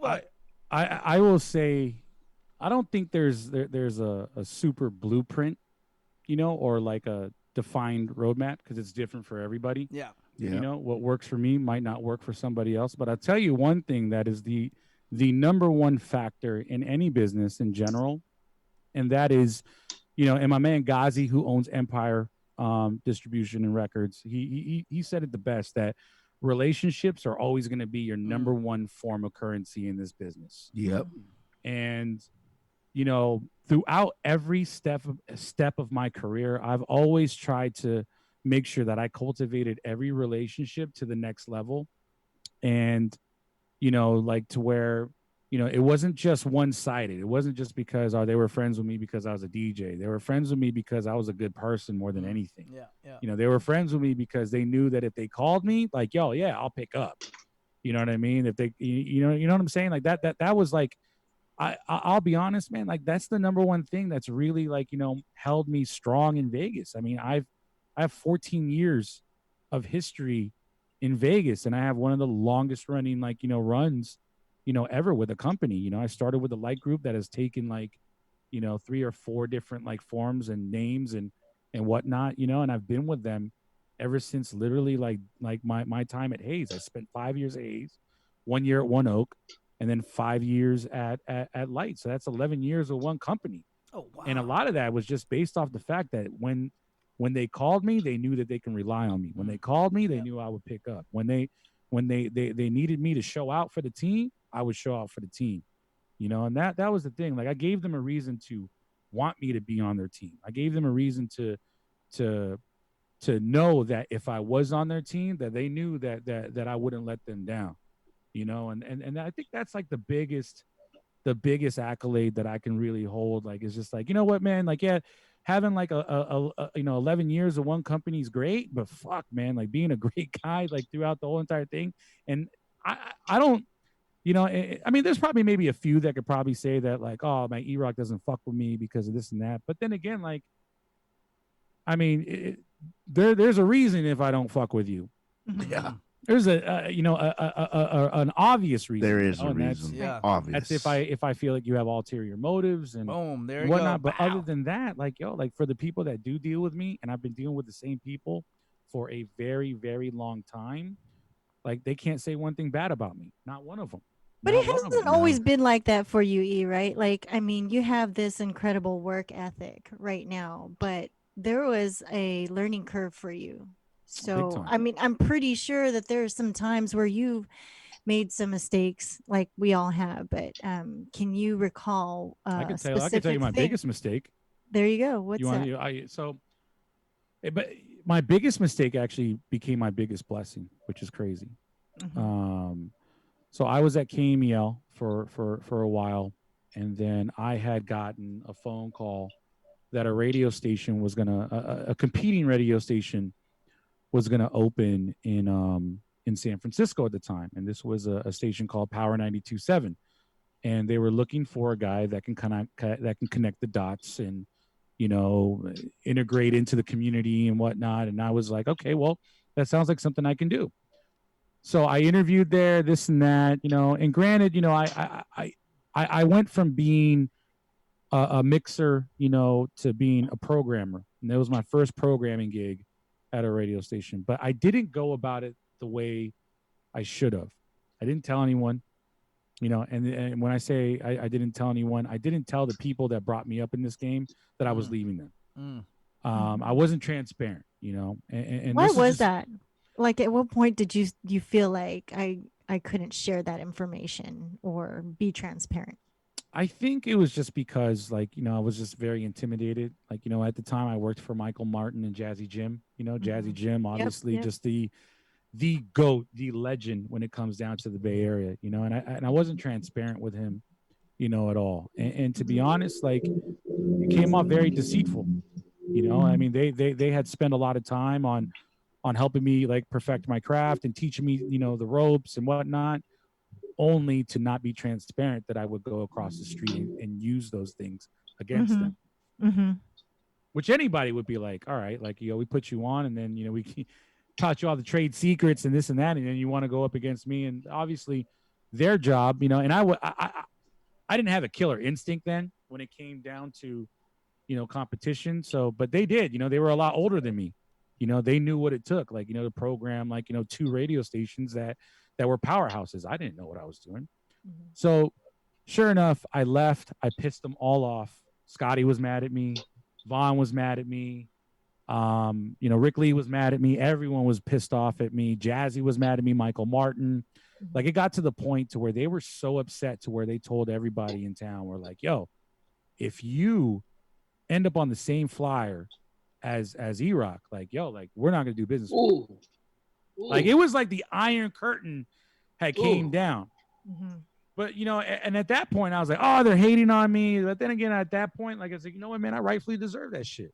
Like, I deserved, to be blacklisted. So there was a period of time where, like, literally I was looked upon as, like, like the black sheep, of the Bay. And there was a time where literally, like, people were like, yo, like, I don't know if I should fuck with E-Rock, like, yo, because the people who really hold the keys up there, like, they might not fuck with me if I fuck with them. Mhm. So I went there, and they obviously made fun of me on the air. They took stabs at me on the air, all that. And I wasn't even mentally strong to even deal with that, because Mhm. I was young. I was super young. I was like 23 years old. Mhm. And then sure enough, and for whatever reason it is, I have no idea, how the station became defunct. But I remember I walked into my office one day, and the program director at the time, Skip Dillard, pulls me in. He's like, yo, I know you only been here for 7 months, but we just got purchased. I was like, wow, what the fuck? Like, how? Like, I don't get it. Like, he's like, yeah, well, I'm out of here too in like 2 days. So I literally put all my eggs in one basket, pissed everybody off, that I grew up with, and then literally, like, lost it all. Mhm. And that Iron Curtain was still up when that station went away. So it took me some time to earn everyone's trust back. Mhm. And sure enough, like, the way it turned into my biggest blessing was there were 2 things that had happened, during that time. It was what I was doing from a strategy standpoint as a programmer was like, okay, I'm the small little station that hopefully can. I'm never going to be able to get Ludacris to walk through my doors. I'm never going to be able to get Fabulous to come and do an interview. What's going to be my strong point? Mhm. So I sat there. I was like, I'm going to support every single local artist I can, and Mhm. literally have this literally work from the inside out. The first record I did that for was like an EA Ski record. Second record I did that for, but no, these records wouldn't just go in like and just be like the DJs were playing. These records went in on full rotation, and we would showcase them as our superstars. Mhm. Sure enough, what happens across the street, KMEL starts playing all of, like, the local artists big time. Mm. Then, they double down. They've got 2 big beasts coming at me from both sides. They have Wild 94.9 do the same thing. And, you've got 3 stations literally saturating the market with hyphy, with Bay Area music. For the first time, in history, Bay Area music actually had taken over the airwaves. And I was happy At this about time, were you like connected to E40, or was this? I was. And, Okay. and even E40 had told me, he's like, I love you, dog. But the minute I walk over there, the minute I walk through your doors, they're not fucking with me over there. It's politics. You It's told what it him is. that? No, that's what he Or told he me. told you? Mhm. So, and it's understandable. I mean, we were the little station that tried to take down a behemoth of a beast, Mhm. and it just didn't work. Mhm. And the thing was, though, hyphy, was born out of that. Every station was playing Bay Area records. A lot of records that would have never gotten a shot were starting to research on these big monstrosity of stations on KMEL and Wild, to where other stations started to pick up on it. Mhm. And other stations started playing, like, hyphy music. And then, I remember I got a phone call from Sirius Satellite Radio, because I was doing nothing. I was just literally sitting in my house. I couldn't play at a club. I couldn't, like, Like I was embarrassed. You know, when the station went off the air, they had a promo running about how because the station was called Power 92.7. They had a promo running every hour at the hour, just going on like, well, sorry, we pulled the plug on power, this and that, da da da. So and that was like, you know, that really cut through. Like, you know, I was That young. was cutthroat. Yeah, back then. you know. I mean, but it's a competition, you know, it's a dog eat Yeah. doggy world. It's Yeah. ratings and revenue. Yeah, That's yeah. just what it is. And that's why they reacted the way they reacted to you, was because you picked up and went across the street to compete with them after they showed you everything. Yeah. Yeah. So and that was the biggest mistake I did that turned into biggest blessing. I get a call from Sirius Satellite Radio. And it's crazy because they're like, yo, can you take a call or a meeting with us? Like, we're based in New York, this and that. I'm like, yeah, sure. Like, I fly to New York. Then I sit with a guy named Geronimo. And he's like, yo, so I hear this story about you that you're like literally like the most hated DJ in the Bay Area. Wow. It's like that, huh? I'm like, and this is the director of programming at the time for Sirius Satellite Radio. And this is before pre-XM, you know, and I was like, yeah, actually, you know, I mean, it did, you know, things didn't really work out. It was like, what's crazy is that type of controversy popped you up in conversations here, and with how big hyphy is, I think we would probably want to put a show on with you here at, you know, Hip Hop Nation. I was like, get the fuck out of here. You know, so I ended up having a show on Sirius Satellite through that.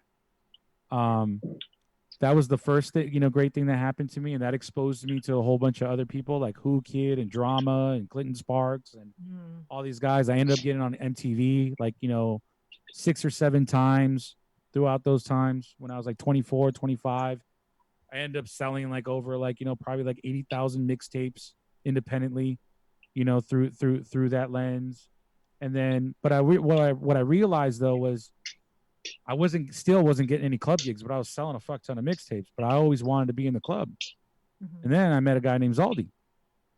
Oh shit! Big ups to Zaldi. Yeah. So, yeah, I met a guy named Zaldi, and you know, he heard about everything that I was doing, you know, and you know, invited me to a club called Glow in San Jose. And what happened was, I couldn't do what I was doing on the radio on Sirius Satellite, playing Bay Area and hyphy and all that stuff. Like KMEL, the KMEL and Wild guys owned that. There was no way I was going to get into any of those clubs at all. No way at all. So when I went to this club with Zaldi, I noticed that he started playing like, you know, 80s, like, you know, house music, and then playing hip hop. And I was like, dude, like I could totally do this. I was on Wild 94.9 for a long time. And sure enough, you know, I was so like moved by it to where like Zaldi was like, yo, well, if you ever want to play with me, let me know. I'll share my money with you and this and that. And that's how I got back into nightclubs. Nice. But I got back into nightclubs in the Bay Area, not necessarily because Sirius wasn't big then. So they didn't know what I was doing on Sirius Satellite. But they knew me because I was back in the clubs playing Billie Jean, Holiday, Brass Monkey, Cool It Now, and all those records. So I started building an open format name simultaneously while building a name for being like that guy in the Bay Area nationally. So yeah, man, I got back into the clubs and that was the best thing. And then I started creating a reputation to myself where like literally like, you know, through that lens, like, you know, I was booked at least like 4 or 5 times a week, more than the guys on KML and Wild, but not even doing what they were doing, which was crazy. You know, like they were playing rap. And I was going, shit, I'm gonna play Cool It Now and fucking Holiday and cash out. And that was a lane that no one touched back then. You know what I mean? So that was the second best thing, because if I never got back into the clubs like through that, like, you know, I wouldn't be in Vegas today. Because I wouldn't even know what, you know, what Vegas, like the open format scene or who DJ AM, or I knew who he was, but I wouldn't know at the magnitude of what he was doing unless I went through all that. So. Yeah, a lot of us didn't know what he was doing until, you know, it started becoming like mainstream. Yeah. You and know? It wasn't mainstream then for like, you know, clubs to do that. It was like only like 1 or 2 clubs in the Bay Area at the time to do that, you know. So I don't know if there's all these in the chat, but, you know, thank you for that. You know, I don't think I give them enough credit, but like, you know, this whole Vegas thing and me building an open format name, you know, and, you know, being able to play multi-genre is definitely like, you know, through that lens more than anything. So.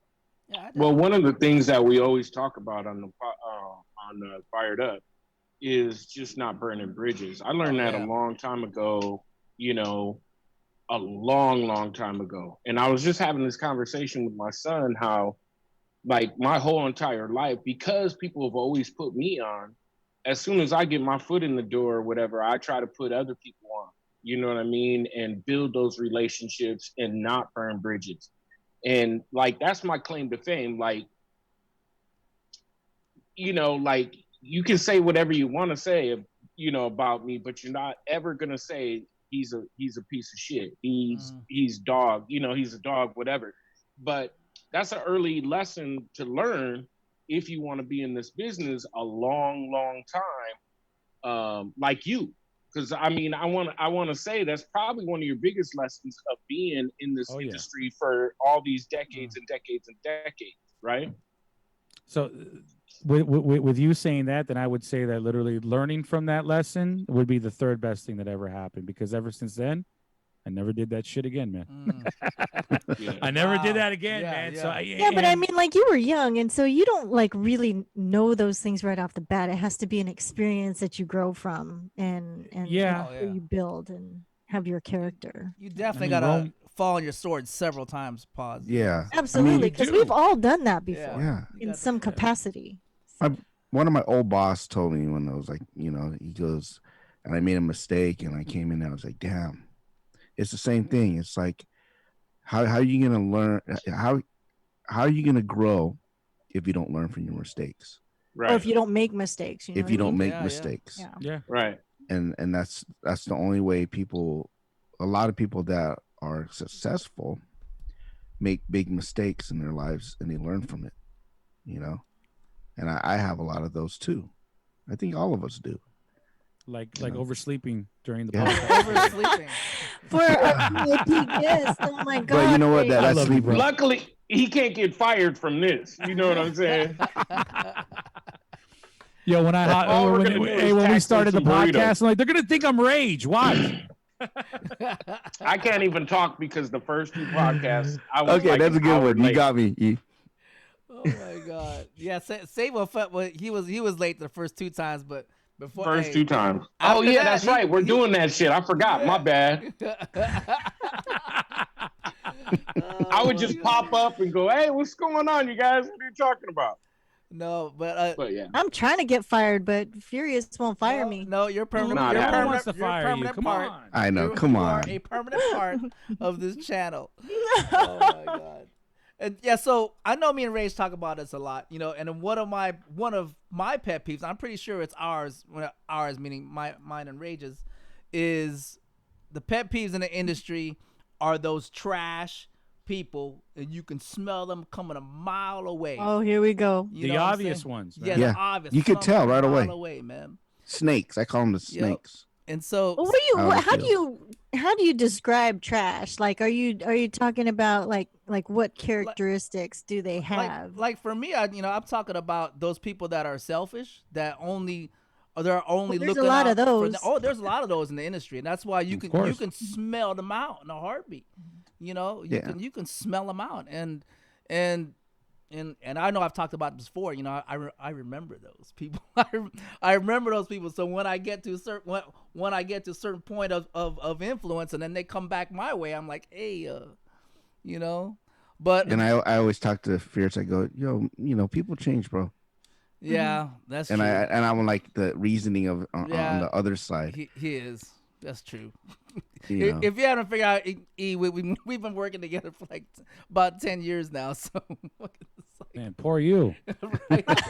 I'm just kidding, dog. And he had to live with me. Oh my God. Oh man, double poor you. I'm just kidding. Right. That's my dog, man. I've known Rage forever, man. And yeah, he's the same thing. You know, I mean, like, when it comes down to, like, you know, when people go, oh yeah, I grew up with these people, this and that, da da da da. Like, I grew up with people in the industry. Like, you know, I'm the same way. 16 years old until now I'm 41. It's like, yo, you know, I grew up in the business. You know, that was literally my first job and still my first job. Well, I haven't met anybody in the industry that has had anything bad to say about you, bro. You know, like even talking about for the last couple of weeks, you know, that you were going to be doing the Fired Up series. And people, oh shit, yeah, I gotta watch. Oh yeah, that's the homie. I was X-Ray came over to my house today. Oh wow, X-Ray, man, how's that guy, man? He's doing good, man. He brought me a brand new mixer. So okay, yeah, damn X-Ray. Yeah, so he was like, Shout out for Three real? Style. Oh, yeah. Come on, man. You know I know he about was the like, 3 I've SA. known him Oh, forever. Yeah.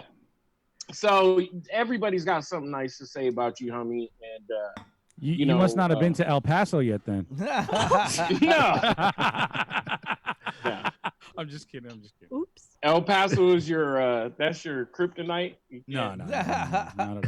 So I'm just making a joke. So DRs are kryptonite. DRs are kryptonite. Oh my God. DR, yes. DR.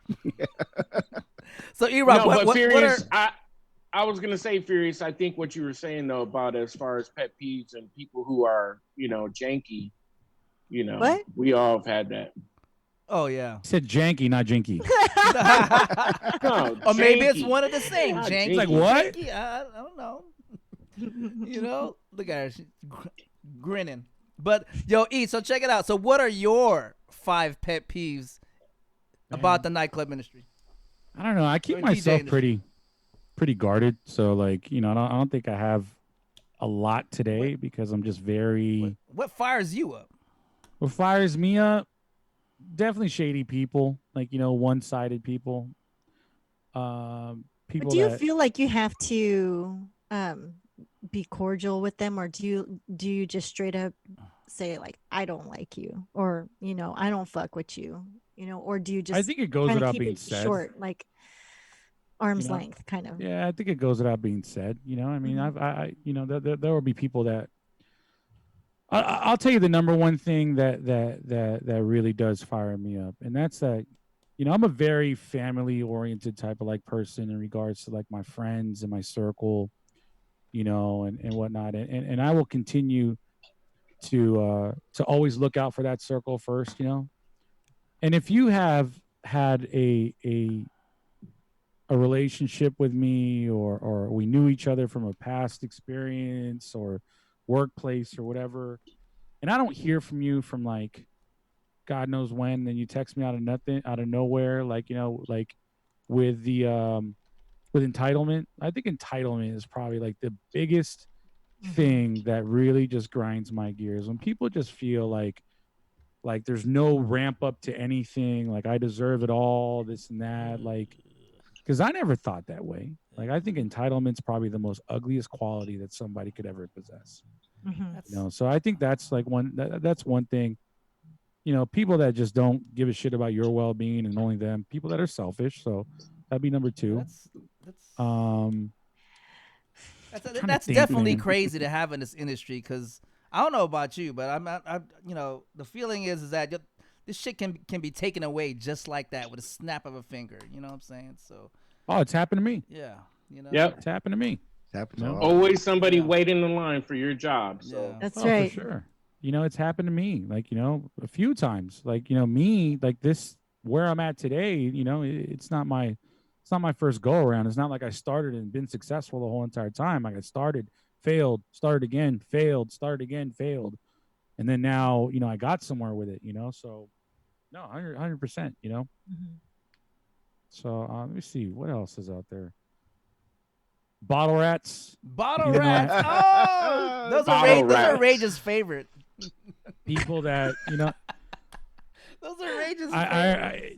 I remember one time where I had all my friends at the at Hayes. It was somebody's birthday. I got like fucking like 8 bottles comped. They drank them all and left.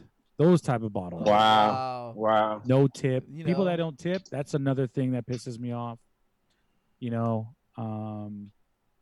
Trying to think, man. This man, Cyber Kid's crazy. He said, that's why you got to spike the bottle. They won't ever come around.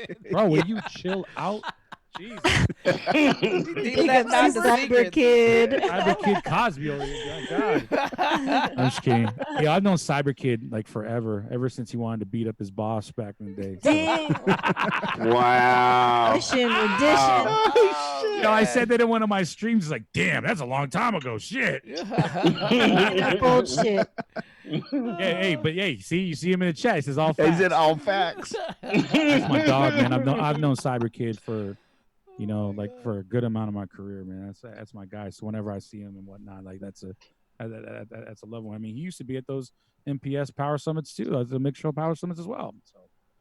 So, that's 4. Number 5. Does it have to be DJ related or just no, it doesn't have. Well, this actually is DJ related. Yeah. I hate rappers that spam the shit out of me with their fucking links to fucking download their music. Oh, I hate man. That's the freaking worst. Like, and I get that literally damn near every day. Thank God that like Twitter and Instagram have kind of figured it out where I don't get to see those things on my feed all the time, but that's probably the number 5 like thing that really grinds my gears more than anything. And I'm sure there's a whole bunch of other things. I mean, I'm old. Come on, everything fucking grinds my gears, but I can keep on going on with that. The older we get, right? The older we get. Everything pisses me off, Are you getting that in your chat yet? Hey, play my songs. Come down. Yeah, right. I get that in my Twitch chat. I get that in my Twitch chat. I get that in my DMs. Like no tomorrow. Like 90% of my. Actually, no, 98% of my fucking DMs or all the requests are definitely all rappers, going, hey, would you consider this for your playlist? This and that. And it's crazy because the minute you want to be nice and you want to like literally be like, maybe I'll give it a shot. I'll see. Man, you never know. You might find a gem. Yep. Oh, it's garbage. Man. Right? Oh my God. It's always like, oh God. I don't mean to say that, but laugh like that. But I do. I was like, if I can't play it, man. Dude, so and this is another part of my career. I used to be a record rep, and I used to promote E40's like records for airplay. Cyber Kid used to get a call from me every week. Yo, what's up with that E40, dog? What's up? You gonna get that on KCAQ? What up, dog? Dog. Oh my God, dog, man. That's my dog right there.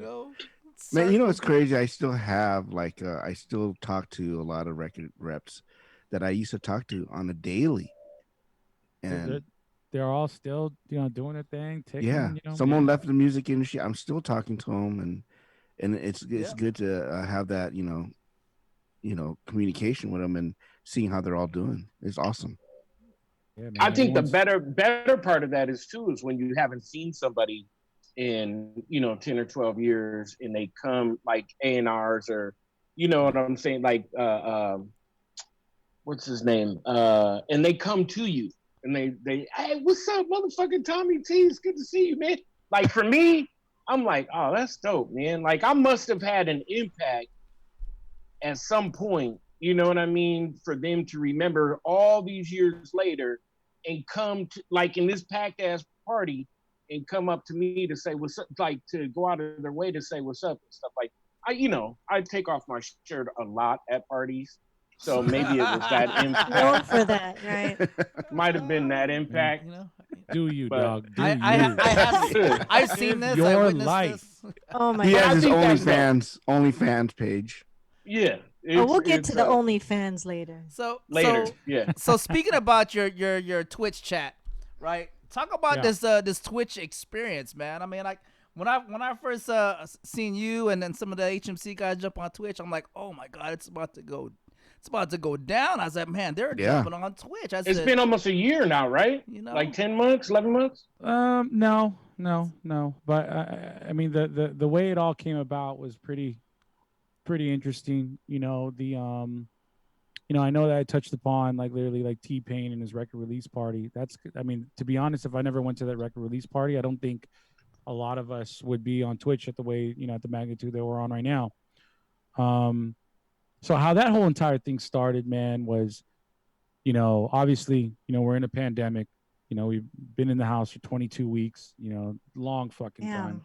So when this first started, I remember I was on the phone with my man, DJ Chachi from New York.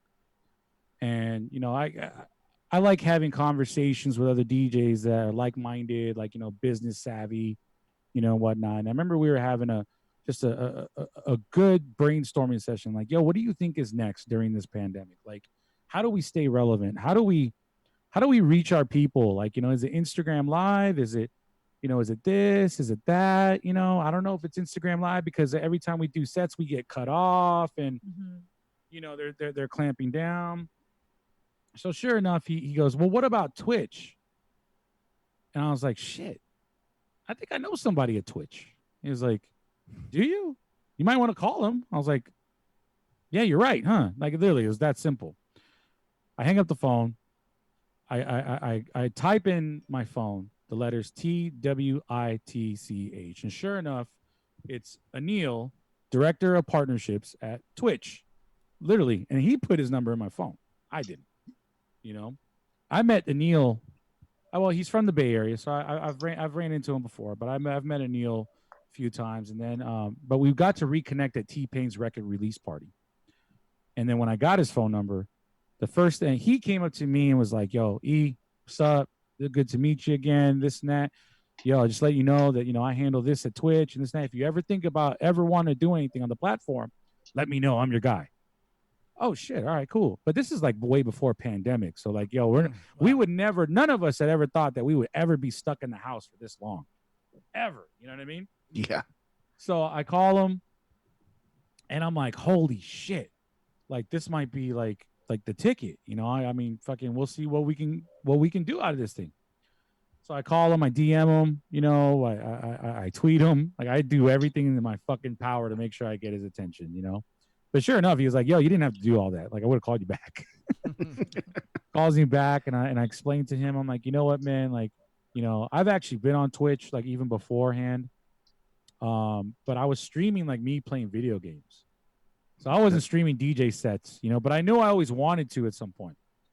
And I told him, I was like, look, I'm not really a streamer, I kind of want to fucking do like the Fortnite thing. And he was like, look, if you want to do the Fortnite thing, I'm just letting you know right now, everyone on the platform that goes to like Twitch and wants to watch Fortnite, they only watch the best people. So don't even like basically his nice way of saying like, hey, don't quit your day job. Don't quit your day job. Oh my god. Right? Okay. The nice way. Oh what about this other idea? And this other idea was I was like, I have a radio show. It just gone on in LA. I'm about to do a whole ton of interviews, and I'm gonna have like people in studio and this and that. And this is when I'm thinking like, yo, we'll be back in the studio in like 2 weeks when this whole thing is over. And he was like, dude, it's crazy that you mentioned that because I just got promoted to like being the director of partnerships for music. I'm like, get the fuck out of here! No way, this is the perfect storm. And you know what? But let me say this though, like Anil, like really like he was just like very helpful and was very warm. He was very, he believed in everything that I told him, and like what I wanted to do. He was like, yo, that's what it takes to be a successful streamer on the platform. I was like, shit, all right, well, give me some time. I'm gonna get it together, this and that. I'm gonna get my computer and my OBS. Like I didn't know nothing about this shit when I was talking to him. I used to hook it up to like a laptop and use like some other really janky fucking platform. I only had like 3 viewers when I first started streaming fucking like DJ sets. Fast forward, man, I'm having a good time on this, and my numbers on Twitch started like literally beating out my numbers on IG Live. And so before everybody made the switch, I was like, you know what? Fuck that. I'm gonna go full bore, Twitch and not even do IG Live. And everyone was still doing IG Live at the time. And then I remember I was trying to convince my friends and going like, yo, you got to do this, man. The chat's crazy. Fucking people can like, they can sub or they can do this. You can build out your experience, look crazy, overlays and da da da. Like, nah, we're good. Nah, I don't want to do it. It's too much work. It's overwhelming. This now, because, and you guys know this. All of you guys are streamers. Yo, setting it up is extremely overwhelming. It's extremely overwhelming. It's a lot of work. It is just to get started. It is minute 0. It's a lot, especially if you don't know what you're doing. And I didn't know what I was doing. I didn't know. I had to learn everything, like YouTube tutorials and calling other people and whatnot. The wizard. Yeah, I call it the wizard. Oh, we lost Savo. Lost Savo. He'll be back. So sure enough, like we started building. I started building a lot of momentum. And I think one day, one of my friends, I think it was Eric Deluxe, he saw me on, and he saw how engaged I was and how much fun I was having, this and that. And then, like when I started explaining the platform, how this is a platform based off of support and recognition. If you don't have those two things in you, like then this doesn't work for you. You know, you can take you can play to an audience and literally have that audience support you, and then you could take that audience to support you and throw it to your boy who's playing right after you and raid them. And that feature was like literally like something that was so like insane to me. I was like, yo, that's like club hopping. Yeah. That's like we do that already. Yeah. If you're done with your gig, I'm done with my gig. Guess what? We're gonna all get together and we're gonna go to Dre's and support so and so. Support so and so and support. And I was like, dude, it's like a digital form of Las Vegas or just the entertainment scene in general. The new way, the new way, yes. Yep. And so then, like, you know, one after another, and everyone started making the switch and whatnot. And then I want to say, I don't want to take full credit, you know, but I want to say like literally those things like literally started amounting to giving this platform a lot of visibility for a lot of DJs, like, you know, to look at it as like, hey, this is accessible and this is something that I could do because, you know, someone that's accessible to me like is doing it also, you know. So once they started getting on, then I started like, you know, kind of like thinking like, all right, like how like, you know, is this going to really work? How's this going to really thrive? And then I started thinking like, all right, we got to build a community. And that's what Twitch has became and what it's always been. You got to build like damn near like your own city in this, you know, on this platform. So then I started reaching out to everybody going like, yo, man, I'm doing this Twitch thing, this and that. You ever thought about like literally streaming on it? Called Scene, called Vice, Deluxe, Five, HMC guys. I was like, yo, what if we just all just made the switch one day and just literally just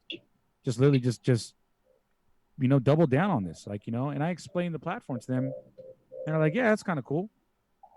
Then it, you know, Scene's audience was exposed to my audience, then my audience was exposed to Deluxe's audience, Deluxe's audience exposed to, you know, it just kept on kind of working, kind of forming, you know what I mean? Like we kind of all put like our people in the pot, you know. And now it's like, yo, it's so crazy because it's like this, when people ask me about Twitch and this whole experience for me as a streamer, like it's like a little city that you can just like tap into. Awesome. It's almost like going downtown like during a time like this, and you know that there's people there that will support you, that will accept you, that will tell the next person about you, you know, and that you can connect with and engage with, like, you know, and that shit is special. That shit is so special, you know. So I mean, as a consumer, you know, I mean, I find it the same thing. Like, dude, I mean, yeah, Lizelle, she's actually a good friend of mine from like, you know, 25 years as well. Like, you know, I mean, she says she doesn't sleep. I don't sleep either because, like, yo, I oversleep though. We're always on it now. Yeah, not you, Rage. You oversleep. On nights I don't sleep, I'm on the platform, chatting and connecting with people as a consumer and consuming content with them and enjoying the same content as them. And creating moments with everybody. So I think Twitch is a very special, just genius thing that was ever invented, man. And for the record, it's from the Bay Area, so you know. You threw that in there. I had to throw it in there. Hey, Warriors, 49ers. You live in LA, but you Giants, still rep the Bay, which is good. Twitch. Man, we know. Instagram. We feel you on trying to get people to come over. Furious is Mr. King of Twitch. He's been trying to get DJs over and over, and they little by little, finally they seen the light. You know what I mean? I think people get it now, though. Yeah. I think they're getting it. Like I don't see in my my feed or my story feed, I don't see a whole lot of people going live anymore, except for those who are just so stubborn, you know. So yeah, I get it now. Like I said, it is super like it's an intimidating platform. Like if you want to do Twitch right, it's intimidating to get set up. Gotta do it right. Gotta do it right. Very tedious thing to do. Yep. You know, like, you know, learning OBS, learning how putting it together is in layers and doing your overlays and then getting the recognition aspects in, your alert boxes, your chats, you know, and then taking it to a next level, like, oh, what's a Discord? You know, like, you know, just like kind of like realizing that, holy shit, there's like a million layers to this thing for it to be successful. But once you get to, you know, layer 900,000 and 999.9, And you get there, you're like, holy shit, this makes sense. You know, and it makes sense more than any other platform I've ever been on. Yeah, absolutely. And Yeah. I For know sure. I was talking to Ice. For sure. Remember Al? We were talking to Ice. And I was like, yo, man, remember back in the day when you first got on Serato and how intimidated you were about it? Yeah. You're like, oh my Yeah. god, oh my god, I'm intimidated by the software, yada yada. I told him, yo, Twitch is the same freaking thing, dude. Once you just get over it, and once you work on it, and you keep working on it, and then sure, next thing you know, it's just like you just turn all your systems on, boom, boom, boom, and you're running. Yeah. You know? It's it's Rome when it comes down to streaming as a DJ, but as we know, Rome was not built in a day. So yeah. Oh yeah. Oh yeah. No, I mean, there's different ways to do it too. I mean, you can.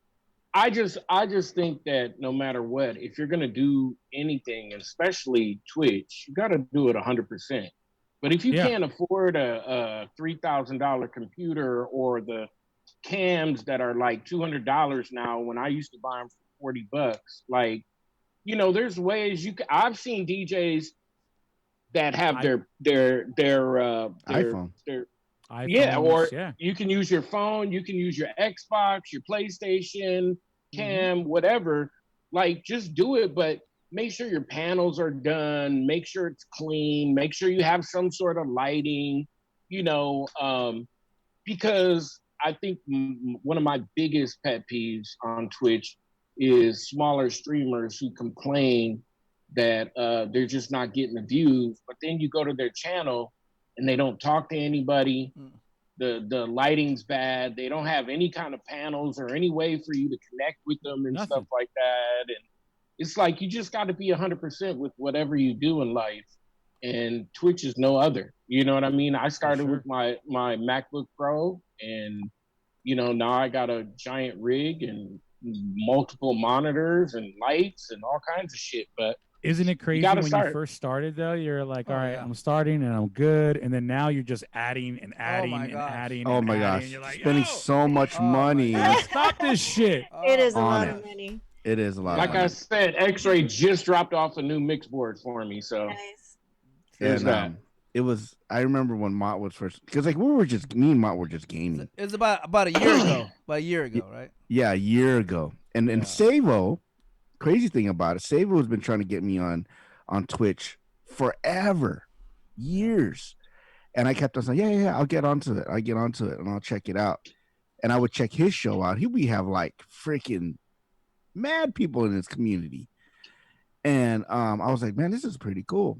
But I never got around to it because I was so busy. I was always DJing on the weekends. And I had work. And like, I was like going 100 miles per hour. You know what I mean? I couldn't. Yeah. Then when this whole pandemic thing came around, it just like slowed down. So it got me to think about it and kind of focus on what we need to do. Yeah. Then I remember Fierce always frustrated. And we would be at the house, right? I would be playing my game. He would be right next to me. And he was like, man, this Twitch thing, man, motherfucking computer, this and that. I'll be like, yo, bro, what's going on over there? I mean, like, he be literally right next to me. He had a desk next to me, and I'm playing my game. Part of the process. And I'm like, he was like, I don't know what's going on with this. He goes, yo, are you logged on my stream yet? Are you logged on? Yeah, I am. And I'm playing my game, and I'm like, hey, that one viewer counts, bro. That one extra viewer counts. Then I've done a DJ set on Twitch, one viewer, man. Fuck. Yeah. And then the crazy thing about it is that, all the stuff that he was doing and he was learning from, I learned from that, and I was able to, like, oh, don't do that, don't do this, don't do that. And from there, and that's how we started, getting into it, like, heavily before the pandemic.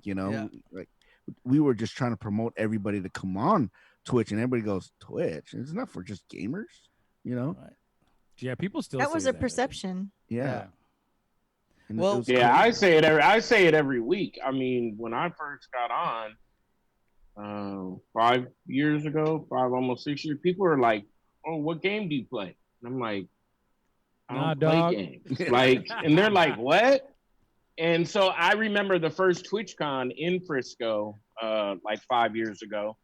I went there and I'm handing out my card to all the top streamers like Soda and Summit and OP at that time and a bunch of other people and Tim, and that was before Tim was big. And they were like, so what do you do on Twitch? You don't play video games? And I'm like, no, I'm on the other side. I do art now. You know what I'm saying? I and they're like, I didn't even know that shit was on Twitch. Like I thought it was all games. And Yeah.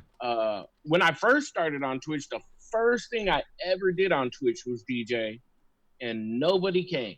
But it was in beta, and I think the music department legit had 14 people on it. You know what I mean? And then I did a video game thing, and nobody really wanted to see that. And then when I started doing art, it was 10 people on the art department. It was in beta, and then it just grew. It's just one of those things that anything can grow. You don't have to be Furious or E-Rock or Franzen or whatever to grow. You know what I mean? You will grow if you grind. You have to put in the time. You got to put in the work. Yeah. And all the work to get what you're going to get out of Twitch. You're going to get what you put into it. And if you don't, then maybe Twitch isn't your shit. Maybe you should, stay on IG Live. Yeah. Yes. One of the things that I learned from you, E, and Rage Consavo can attest to this. I used to obsess with the numbers, and I was looking at them, I'm getting upset, and then you could see me, my face, my whole personality, getting upset by seeing these numbers. But one thing I learned from you, E, by watching you, was that you could have 30 people in your room. You could have 1,000 people. You can have 60, 100, 200. But no matter how many people is in there, your performance is the same. And I was like, I need to take that approach right there, man. Just like that.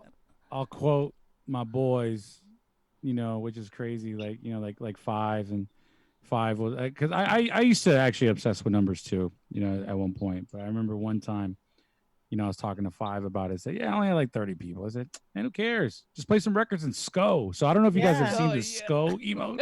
So that's where that came from.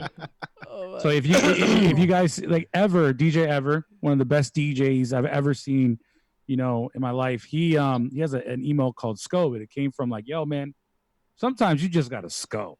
That's it. Hey, play some records and SCO, dog. SCO.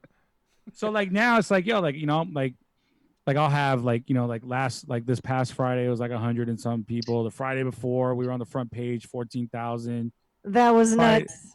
Dude, it was insane. I logged on. That was crazy, bro. It was insane. Yeah. And like holy shit.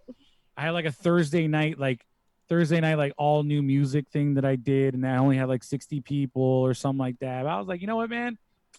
I'm just gonna SCO. Just gonna SCO. I'm not gonna like look at these numbers or whatever. I'm not gonna trip because just like you said, man, like this was what Savo said, like, yo, man, you gotta grind it out. If I want something to grow, like I gotta keep on pushing it. And the energy that I invest into it, like, I'm gonna keep on going until I get that energy back. You know what I mean? So you do an awesome job at it too. Yeah, man. You can see it. You can see it. Sometimes it's tough. Like my Saturday show, the Crate Roulette show, when I do like all like old school, right? And just the shit I grew up to. Sometimes they're amazing in my head. Like this last one, I didn't feel like it was incredible but a lot of it is tough because I'm hungover. Because some Fridays beat me the fuck up. Like they just beat me up. Like, like I drink too much, Yeah, but how much more are you drinking now that you're twitching? I think all of us have upped our alcohol. I've been drinking a lot more than I used to because I don't really drink in the club. Yeah, I would say that. Probably the same. Yeah. Really? Well, I mean, you gotta remember. I mean, I had a Vegas residency, and that's tough. Like, just to turn that. It's the same thing. It's like, whether it's a slow night or a packed night, like you still got to show out. Vegas has that type of standard you got to uphold no matter what. I mean, you could be on your deathbed, God forbid, but you better show out if you're on stage in Vegas, Oh yeah, you have to. Yep. So sometimes drinking would be literally like, the catalyst to me calming my nerves, and just kind of getting to that point where, okay, I'm on the same level as everybody. And, I mean, you never know what you're going to go through. Like sometimes I'll like go through like like a shitty Friday, like during the day in the office, because I do marketing during the day.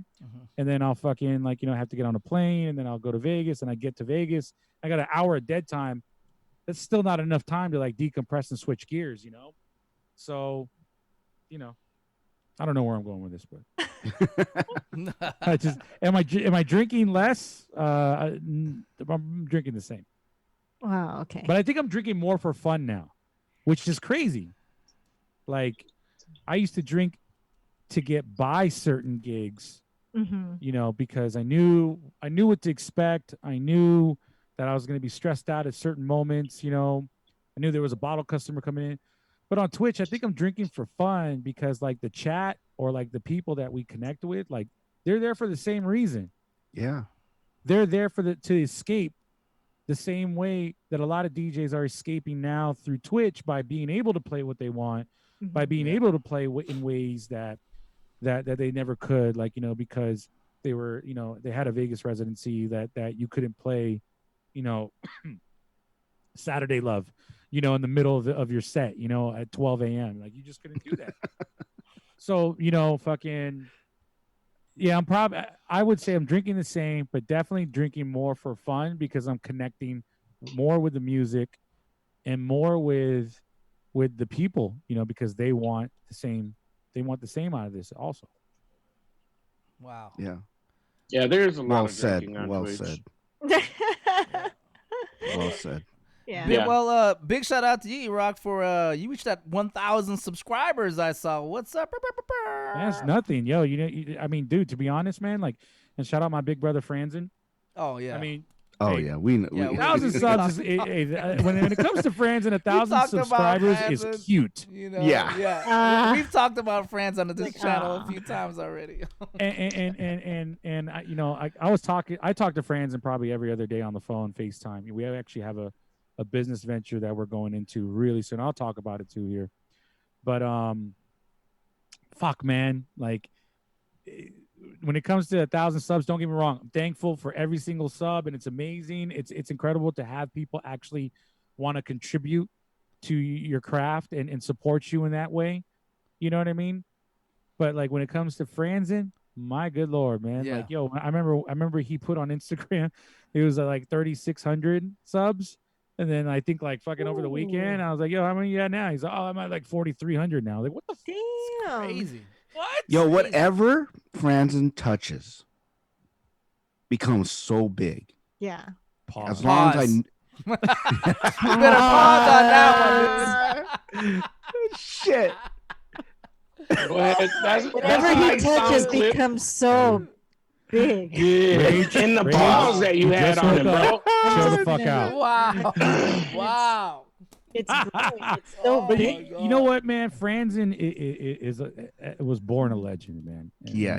that's no joke either. Like, Franny, growing up in the Bay Area, and I know 360, could attest to this, is Franzen, is probably the most prolific on-air personality the Bay Area has ever seen in our time. And the connections that he makes with people through his performance, through him, like, whether it's broadcasting, I mean, and also you have to remember, like, he's been streaming for 10 years. Oh yeah. He's been streaming. He's been doing a live stream since Ustream. Yeah.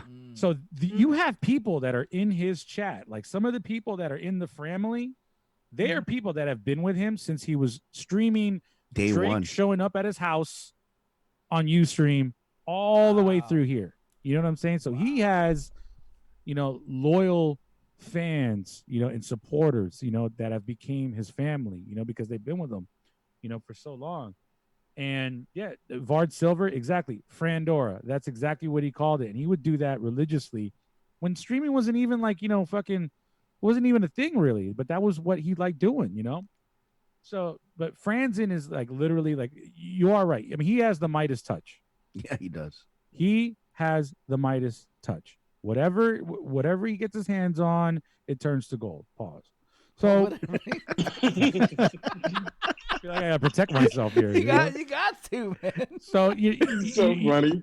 But he put the work in for that, which is the thing. Like, I mean, I remember I used to be his intern growing up. When I was 16 years right. old, That's right. I used to That's right. answer Franzen's phones. KML, hello. What do you want to hear? KML, Mhm. hello. Or when he ran a contest, caller 1, caller 2, caller 3. Do I really gotta count the fucking 10, Franny? Yeah, you do. Caller 7. Like Wow. so, like like Franny really put in the work, like on all fronts, man. He grinded out like no, he did things that we never saw ever possible in the Bay Area, and even when it came to Vegas, dude. In August 1st is going to be 19 years he's been in Vegas. Yeah, The Damn. guy has a key to the city and a Damn. day named after him. Yeah. If Yeah. anybody So doesn't true. know that in this chat, Mhm.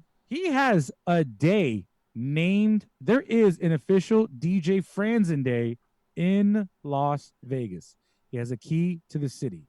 Wow. He is a legend. So We need to speak to him about that. oh, you do. Like, yeah. yo, Yeah. he's Yeah, got we the need to best get him on the stories. show, man. Every time I catch him, he pops in. Yo, Franny, what's up? Get on the show. Yeah. Hit me up. I'm like, we've He been was trying to hit him so- up. It's like- He was such a big deal. It still is a big deal in the Bay Area, and I'll let a lot of people in the chat know this right now. When my former colleague, well, he still is my colleague, Big Vaughn. When he took over at nights, when Franny got let go, before he went to Vegas, for years, people would call KML going, "Hey, is Franny coming back? Hey, is Franny coming back?" for years. And I'd be like, "Holy shit!" Like, yo, like, and that's when I figured out, like, the power and the DJ Franzen effect is his real. resonation factor is just insane, with people, because he is literally like, the people's person. He just is. Yep. The most engaging person you will ever like encounter, like, when it comes down to like a broadcast, being on Paris, whatever it is, like his performances, like he's prolific, Just being around him, you could tell, right? He's got that energy, Yeah, just being around him. Yeah. So, yeah, Franzen, definitely legend. So, all right, Yeah, he's a good dude. let's circle it back to you there, E. What's give us your give us 5 of E-Rock's rules on being a successful DJ. I think you spoke This on one of work them. ain't gonna complete itself is number one. For people that think that this shit is not work, you have it wrong. Get out of here. Yeah. And there's a lot of younger DJs that are out there that just want like literally instant gratification, and that older, want to and go older. viral, that want to get numbers and this and Yeah. that. But understand, like, yo, those numbers, they take work. Those wins take work. That's definitely one. That's definitely number one. Number two, always be a better person than a better anything in this business. More than anything, I like to give, and help more than I receive. And when I do help, I don't have an agenda behind it. I like to help just primarily because, I feel that if you do help somebody and it does impact them in a kind way, if they want to pay that back, cool, that's fine. But if they don't, totally cool. But the universe will, the universe will bring that back to you. Yep. For sure. Yep. For I sure. believe that. Yeah. 100. Sure. Number three, definitely don't ever burn your bridges. Cultivate every relationship There that it you is. Burn possibly bridges. can Yep. to its utmost highest level of respect. Where am I at? Was that number 4 or number 3? Yeah, that was number 3. All right, so number 4. Man, E-Rock is good for the top 3. I'm always only good for good the top top three. 3. He's got the top 3, No, but they're like Anything past gold. that, he's like, No, number 4. No, because I want to give you guys like a really good gem. Like I don't want to like.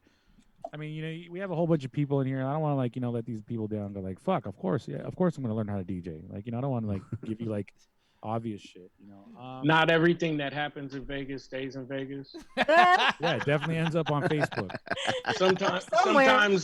Sometimes it lays back there in the back of your house, right there, asking you to make them dinner. Let me see what else is there. 2 more. You know what, man? Like one thing, and I learned this through my relationships with a lot of athletes. If you've scrolled my Instagram before, I have a lot of friends that play like baseball, football, Jimmy G. What? Jimmy What was that? G. Oh my god. All right, I don't know what that was. So, but and one thing in athlete culture is like for those guys to be supremely successful is that they've always sold out to their cause. Meaning that like whatever it is, like don't take your eye off the prize. Doesn't matter what the fuck happens. Like don't take your eye off the prize. And I actually learned that from Colin Kaepernick. And I remember sitting down with him. This is before he took the kneel and everything. We've been good friends for a minute. I haven't talked to him in a while. And I remember asking him, like, what's the number one thing that you can tell me, about why you're always determined to win? And the thing that he told me is like, I'm just hell bent on my cause. I will stop at nothing to achieve that goal. Like I won't take no for an answer. I won't take, a W lightly. I mean, an L lightly, even though we did lose a lot when he was playing. A lot. I love that guy, but there was just a time where he wasn't like, performing the way, he needed to, and it's the football gods. It's just what it is, But, he, when I heard that, like, it was just like, selling out to your cause is definitely something really, really, really, really important, and everything around it. And then the last one would be, what would the last one be? I had a good one in my head, and I don't know. I'm old now, so I'd be forgetting shit along the way. You got to remember, man, I've had a long run in Vegas, so all the times of partying, like my short-term memory is screwed. It's just shot. Like, dude, I don't know. Cruz gets frustrated over it sometimes. And I know he probably won't tell me that, but like he'll be like, "Yo, E-Rock, what's coming up?" Oh shit! Is this on air? Is this on air? Oh, I've done that many times. Yo, E-Rock, what's coming up? I've done that too. Oh, what? I'm sorry. And I'll make an excuse. I'm sorry. My screen just closed while we're live on the radio in Los Angeles. Wow. I mean, and just don't be afraid to be you and be authentic is probably like, one thing. Just be you, be completely authentic, and don't like, worry about like anything else, but that, because like, if you keep on pushing that, eventually somebody's going to catch on and really fall in love with it. And that person's going to tell 5 other people. Those 5 other people are going to tell 50 other people and whatnot. Oh my God, you have a Pats cup, bro? Are you a Pats fan? Sorry. Jeez. All right, this interview's over. So is Ray. All right, this is over, man. I'm just Time to cut the stream, y'all. That's another thing we didn't talk about. I do, I work for the 49ers and I'm programming their season, right now. How did you get into that, E? How? By accident. No, let's see. Well, wait, before I get to that, definitely be authentic. That is definitely a very important thing to keep intact, is you more than anything, I got into sports because I remember I've always been a big fan of DJ Irie. Mm-hmm. Yep. Mm-hmm. I'm a big fan That's of Irie a too. blast from the past. Irie has always been so like cutting edge with some of the stuff he did when I was growing up. He had his own Adidas shoe. Mm-hmm. He was the DJ for the Miami Heat. I always wanted to do stuff like him. He was a party rocker, like on just like on no other. Level. Yeah, man. And I remember one day I was sitting in my house in San Francisco going like, man, fuck. Like, we don't have shit like that. We don't have a championship team like the Miami Heat, and they don't even have a DJ. Our teams didn't have DJs then. So I remember I called one of my friends that worked at the Giants. He worked in community relations. And then I brought up the idea. I was like, has the San Francisco Giants ever thought about like literally like having a DJ one day? This and that. He said, no, but we hire people from the community, like, to do like special ticketed events and stuff like that. I was like, well, you guys should probably think about it. Sure enough, he hired me for a community event after that conversation. And I met actually the guy that ran the entertainment program during the games. His name is Joe Lagaz. So Joe, and I built a relationship and I pitched the same idea to him. And then, I was like, yo, you ever thought about like literally creating like a party like atmosphere, like, during a Giants game? He was like, no, but that actually sounds like a great idea. What do you have in mind? And I'm like, holy shit, this guy wants to listen to me. And I swear to God, man. So like, I tell him my idea, this and that. And then he's like, dude, let me get back to you on it. All right, cool. So then he gets back to me like a month later and he was like, yo, the season's about to start, man. We're going to do this thing called Orange Fridays where we're going to encourage the whole entire crowd to wear like bright orange. And then we're going to have a DJ, like DJ in between innings. I was like, no shit. He was like, yeah. I said, we want you and we want like 2 other people. And one of those other people that I used to do that with was DJ Solomon, God rest his soul. Mm-hmm. So like. He's the, was he Warriors? He was the Warriors DJ at the time. Warriors DJ. Mm-hmm. Yeah. And this is a time where Bay Area sports had no luster to it whatsoever. You know what I mean? Dan, mm-hmm. you want to clear your throat again? Or? you got something stuck in there or what? No. Oh! Pause. Right, here we go. So basically, got her. Got her. So basically, I ended up doing like I want to say I did like 20 because Major League Baseball is like a lot of games. Mm-hmm. It's like 100 and something. So I did like 20 something odd games for the Giants, and I did that for years. And then we started winning World Series. World Series is, I don't know how to say it. Series is. And then my guy from the Giants left the Giants and he got a job with the 49ers. Oh. And he calls me. He was like, yo, we're about to open up this new stadium. Ready to do what we did again, like over at AT&T Park. I'm like, you gotta be fucking kidding me. Like, I'm thinking like, yo, I could be the DJ for a team that my grandfather and grandparents like loved. And he was like, yeah, you sure can. Let's make it happen. Like, all right, cool. So we had to wait a season before it could happen. And then when we did that, I instinctively was like, you know what? Instead of me doing all the games, I want to make this like a collective. Mm-hmm. And I wanted to get the best DJs in the Bay Area under one group. And I felt like doing that through like the lens of the 49ers was the perfect way to do that. Because like, and granted, you had some that were big Raiders fans, obviously Jay Espinoza, huge Raiders fan, Raiders DJ. Yep. But like you had a whole bunch of people that were in love with the 49ers, myself, Romeo, Amen, Miles Medina, Jet, the less, like we were like the original like 5 that started doing like all the home games. And at the same time, I wanted like more people there because I knew that I couldn't do them all.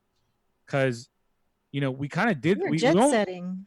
Yeah, like I was like, yo, there's no way that I'm going to be able to do a Saturday in Vegas, get completely fucking hammered, and then fucking fly and make a fucking 10 a.m. kickoff.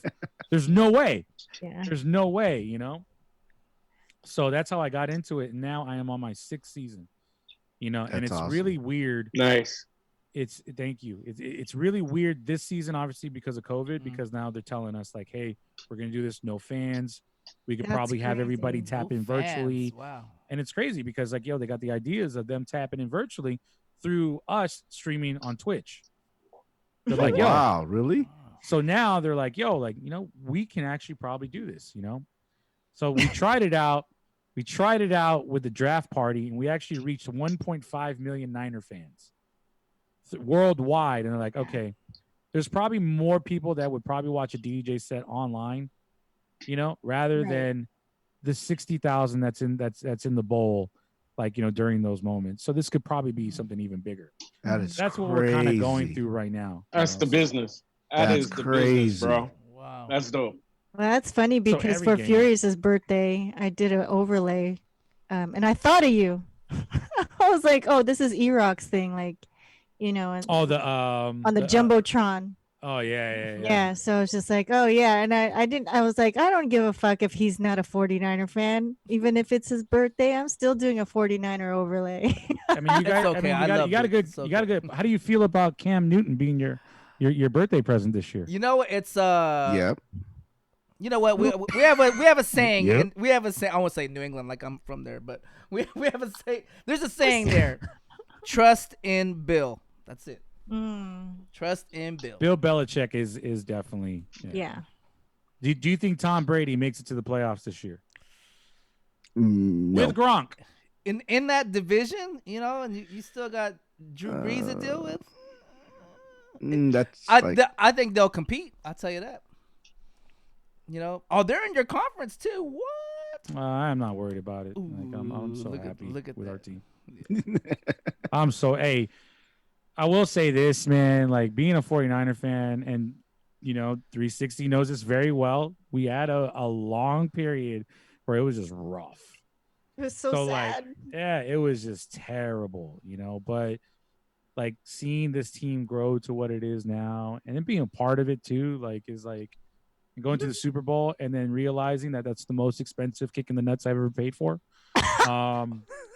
It's still rewarding though. Like I would never think in my lifetime that I would ever go to the Super Bowl to watch the 49ers as an employee. You know what I mean? So that's dope. Wow, that is dope. Oh, I could tell you. So if they were to have won, you get a ring. Got a ring. I would have got a ring. Wow. Everybody on my DJ squad would have got a ring. Right. Wow. That's the shit. We were already, but you know what? What's crazy is that we were on conference calls because I had to plan. Like when you do the Super Bowl, you have team houses, and you have, fans that go to the Chiefs team houses and fans that go to the 49ers team house. So I had to program all the DJs and all the entertainment, not all the entertainment, but all the DJs for the team houses and all the exhibits and rallies and all that shit, right? And we were on calls, and then towards the end of every call, I'd be like, "Yo, man, like when can we start talking about rings?" And like, no, don't bring that up. Don't bring that up whatsoever. You can't do that. No, I mean, we never got there. Let's just hope. But I will say this though, out of Super Bowl, even though we lost, one of the coolest things that I ever did was that they did ask both teams to program playlists of songs that would play throughout the game inside of the Super Bowl. And I was the one that me and my man Billy Barnes programmed the 49ers playlist. So like anytime you heard like Bang Bang Niner Gang and all that other stuff during the Super Bowl, like I don't think they played it on TV, but when I was there, I'd be like, oh shit, like this is the playlist. This is actually one of the songs that were on it. It actually was pretty rewarding to like hear that. That's pretty cool. I was like a really, but to have that on my resume that I've actually like done work for a Super Bowl is pretty rewarding. So that's dope. I mean, who can say that, right? Not too many. Not a lot. But yeah. There's a few. So there's a few. That's a small one thing few. though. One thing that was crazy was that after the Super Bowl, right before the Super Bowl, Hakkasan Group called me. And they're like, yo, we have it set up. Richard Sherman has a plane chartered with all the team members. Ooh. And they're here. They're coming on Monday, win or lose, but let's hope they win. Dope, I'm there. Fuck, man. We lost. They still went there. So I don't know. If you see my Instagram, there was I got dragged for it. Everyone was like, why the fuck are they in the DJ booth with you drinking and celebrating? They just fucking lost the Super Bowl. This and that. Like fans are on me about it. And then, so that was cool because I got to party with them, but obviously under different circumstances, it was like I guess a season celebration. But the week after I did Hakkasan, and that was the Chiefs celebration. Wow. So I got an email 24 hours before, being the 49ers DJ, booked on that Sunday, going like, yo, Patrick Mahomes, Travis Kelce, they're all coming in. They're 30 deep. We need you to play Fight for Your Right the minute that they come in. Could you imagine how I felt? Like I was like, oh my god, I was deflated. Oh my gosh. Oh my gosh. Being a fan and an employee, I had to and call the employee. 49ers. I'm like, hey, look, if there's a picture that makes it on fucking Instagram or fucking Getty Images with me and Patrick Mahomes or whatever, yo, I'm just fucking protecting my check. Like I'm just telling you, right? Don't worry. What did they say about that? They told me they understood it. They told me Okay. they understood it. Like they're like, yo, we understand. We get it, man. We get it. Like, Vegas is your bread and butter, man. Yeah. You don't want to piss those guys off. So Yeah. that Super Bowl, biggest kick in the nuts I ever had to pay for. So kick in the nuts. I could, because during pandemic, I could definitely use that money because I paid for everything to get out there. So. Yeah. Oh, man. Wow. The ticket, I paid for everything. I paid the ticket, like, flights, like my hotel, booze, food, you name it. Wow, really? I paid for everything. I didn't want to miss it. Wow. And it's all But five times the cost. Yeah, it's all five Right. times the cost. But for the gigs that were booked out there, I booked all my people. I didn't I didn't want to take away from their moment. You know, I mean, I lead the squad. Like I've been there for 6 years. You know what I mean? I have like, I'm already blessed. Like, hey, yo, here's your time to shine. Here's your time to shine. Here's your time to shine. Yo, live it. This is your moment. So what about you? I'm good, dog. I'm chilling. That's I'm gonna be at 11, drinking, eating Big Mac pizza. That's what I did. Depressed. Oh man. All right, it's promo time. What you got coming up? You said you got something going on with Franny or what? Man, so me and Franzen are doing something big, man. I know he said it on his stream, so I'm pretty sure I can say it. You know, and the family. If we have anybody from the family in here, please put those family emotes. But Franzen is making his return to the airwaves of Las Vegas. Nice. Oh, wow. With me. So nice, even nice. Yeah. So we are gonna be literally doing our thing on Las Vegas radio on Real 103.9, which is an iHeart station. It's a sister station to Real 92.3 here. You know, and we're gonna like literally just try to unconventionalize radio and just try to make it cool again. Nice. You know, and try to make something really dope for the people of Las Vegas. And we were on a call today and we are just like, you know what, man? Like we gotta make this station about the city. And that city has been obviously great to both of us, especially him. And it's been amazing to me. It's my second home, and I want to make sure that I use that platform to empower people that have been great to me, that have either been to my shows out there, that have been, down with us for forever. Like I want to literally make this their station, more than it is ours, more than our shows are their shows, so. That's dope. That's hella dope, bro. I think that's you guys are working back together again. You gonna be answering the phones? You know I think what, you man? Should. Caller one. I just may for the energy. Hey, Franny, do I gotta call? Hey, do I really gotta count to 7? do I really need to get caller 79? Like, yo, I swear to God. Hey, we probably got some people in the chat want to answer their phones. Hey, who in the chat want to answer their phones for E-Rock and Franny? People like, yo. I will say this, man. Being on the radio during the pandemic is very moving. And especially during everything that's been going on with all this civil unrest and whatnot. Like, being able to connect with people and literally hear all the feelings that are out there right now, and having a great understanding and a very clear understanding of what's going on. It's a moving thing. Like I remember when everything first started going down in LA, when there were riots, like literally in every side of town, because of the George Floyd civil unrest, and like answering the phones and hearing people speak from their hearts, that was probably one of the most moving things in my career ever.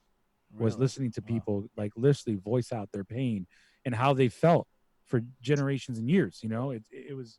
It's a really moving thing, So, after I went through that, and then when we got this situation going, like I was like, you know what, man, like I want to make sure that we have a platform, but I want to make sure that that Vegas has a platform more than anything, and the people of Vegas have a platform, So I want to use this for good more than anything.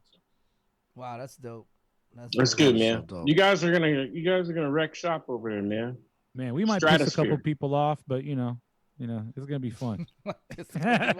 Competition's good, right? Competition's good. Competition's good. Yeah. I mean, it's great, but at the same time, we're not in this to really piss. I was just kidding. We're not gonna piss anybody off. We're just gonna make them livid. So make them livid. As you should. Someone's always going to be upset over something. You can't make everybody happy. Someone will always be upset over something. That's true. Did we ask E what his projection looks like, or what he thinks Vegas or nightclub or nightlife might look like? Did we ask? We never got there yet. No. Can we speak on that a little bit? Because you have a real temperature on what's going on in Vegas, and a lot of folks so I don't think clubs are coming back for a minute. I don't. I truly don't, and it's not because of the government. I think it's because of people that feel entitled, that feel that feel like they don't have to do their part in eradicating this virus. And does it make me upset? Yeah, it does, but it doesn't. But then again, it's like I can't. I mean, everyone's going to do what they're going to do.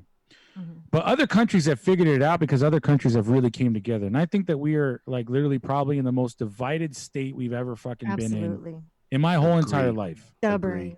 Oh yeah, for You sure. have the no masks and the masks. You have the this is fake and this is take this shit serious.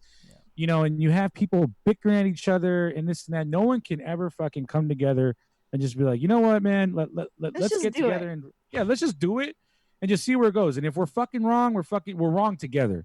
At least let's just do something together, And I think that I don't think that nightclubs are going to open for a minute. Mm-hmm. I don't think, DJs are and I know that we got a lot of DJs that are in the chat right now, but right now is the perfect time to diversify. Right now is the perfect time to figure out what those other things that you wanted to always do and spend that time and bandwidth that you're blessed with right now, not that you've been forced to go through, that you're blessed with right now, and invest into it. Like during this whole entire time, I told myself that on the other side of this pandemic, whenever that is, I want to make sure that I have at least like 6 or 7 new business ventures. I'm already at 4 new business ventures. Oh wow. 4. And the crazy thing is they're all prone to succeed out of pandemic. But the thing is, I know not everybody really understands okay, well, I don't know how to put together a business or something like this. But it doesn't even have to be that. It could be anything that's going to literally allow you to level up, to be better, to be a better version of yourself more than anything. Take this time to just literally invest in yourself and invest in your craft and be, if you're in a small market, and you're a DJ trying to, figure out how to blow up, man, own your market, own it, own your backyard. Cause master it, be the king of it, be the queen of it, whatever it takes, So I don't think, like I said, I don't think clubs are going to come back. I thought I would be working by now, but would just kind of a lot of people did. All of us did. We thought we'd be back in the club. If you look at the science is telling us that all right, we are fucking up. Yeah, we are completely fucking up here. I mean, not maybe us here, maybe or people in the chat, but as a country, we have a couple bad apples that are literally screwing us, from fucking opportunity down the line. Yeah. So. Agree. So what do you foresee once we come out of the pandemic? Do you see that it would be more lounge type of? I don't know. I did have a conversation with somebody about how do you think the music's going to be? Because there's no currently there's no platform for club records. The platform is live streaming and radio. Mm-hmm. Which is open. It could be anything. It could be anything. It's a totally different animal. So I don't think anyone really knows. Are we gonna go back to am I gonna go to a Vegas big room and play Jean A and fucking High Five and 93 to Infinity? I don't know. Cool it now. I don't know. Because that's what people are trained to hear and see and party to every weekend on Twitch or Instagram. Yeah, right. I'm not sure. I don't know. It's gonna be a whole different ball game. I was just having that conversation. Me and Rage we DJed a lounge here in the Gaslamp where they turned it into a lounge. It's a club, but it turned into a lounge. And I was telling yo, honestly, I really don't know what to play, man. I was because I've been playing on Twitch old school shit. I was like, before the same place I play all the high energy shit. I was like, man, now I don't know what to fucking play, man. I just go to HMC. I log on. That plug. Good answer. And and I just go to get the top 10 and I see whatever the top downloads. Mm-hmm. Just and I'm in it. Look at the plug. Just like man. that. Mm-hmm. I think for me, radio kind of keeps me in that new music vein. You're right. And I mean, because we're constantly, updating the playlist every single week. So, I'm constantly searching and we're always researching. you know, for like what to play next and what's the next trends and stuff like that. And it's crazy because like iHeart has like these crazy systems that kind of allow you to aggregate all that data. And like, you know, are the people that we entrust with that data, the music directors and program directors, like, you know, I feel like they have like, you know, a finger on their pulse. So it's almost like a cheat sheet kind of. But like, you know, radio has definitely kind of kept me in like the new music scene, which is why I started a new music show on Thursdays. I was like, you know what, man. And every time I would talk, I'd be like, yo, I feel like none of us get to hear any new music on Twitch. It's so true. Which is not bad. Because I have a show where I play 7 hours of old school, and I fucking love it. I love it. It's my favorite fucking day to stream. Yeah, but I think that's the best time I see you when I log on when you're playing that stuff. Yeah, you are having a good time. Yeah, you could tell. Yeah. It comes Dude, out. I'm not drinking. I'm drinking coffee, having good conversation. The chat is always fucking great because the vibes are always like uplifting and good and bright. You know, it takes us to a place where we're not worrying about a virus or orange man in the office. Like, you know, like Orange you man know what in I'm the saying? No, I'm being serious. Like, yo, Yeah, like right? it takes you to that place. It lets you escape. So it enables people to chat a little bit, you know, deeper than what they usually do, you know? And, you know, but, you know, I do that new music show just to kind of like, you know, have a different offering on Twitch, you know, and I get a ton of new music. Like I have at least like every Thursday or every Thursday, like at 9 p.m., I get like at least like 20 new records. So is there Yeah. a contrast between that show and your you know your My throwback? E-Rock Fridays one, absolutely. E-Rock Fridays is like super club. Oh yeah. Slap you over the head. You can Let's take a tell. shot of tequila. Where's your fucking White Claw? Oh, Fucking- no. Let's go. You know what? Like that's Run it. like that's like Run the full Vegas. Like let's run that Vegas play Let's show. run it. So You the know? energy is different energy is on different. your E-Rock Fridays than your new music show. All right. So, The so new what's music your, show, I don't even mix. Like literally, I'm just just drop it. talking and telling stories. I'll Mhm. play one song, like this is new from so and so, and then fucking I'll go like, yo, this is new from so and so, and I'll tell the story if I have one, Mhm. and then fucking I'll just literally just play like I'm on the radio. Okay.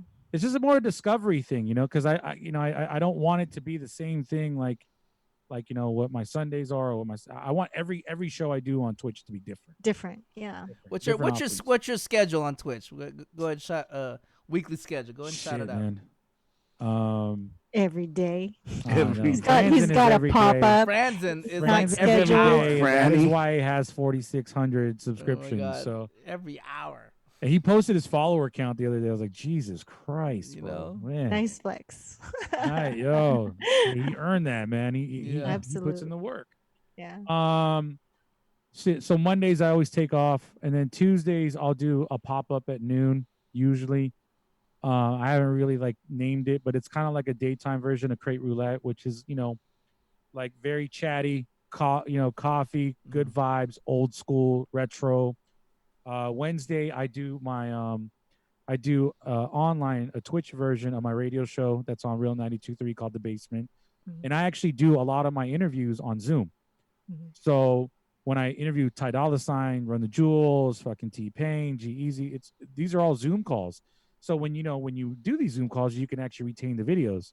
So I'll edit the videos and air those interviews like on Wednesday and just play like I'm on the radio with a little bit more of a raw hip hop vibe, you know, like Gangstar going into like Souls, into like, you know, Run the Jewels, like, you know, Ty Dolla Sign, shit like that.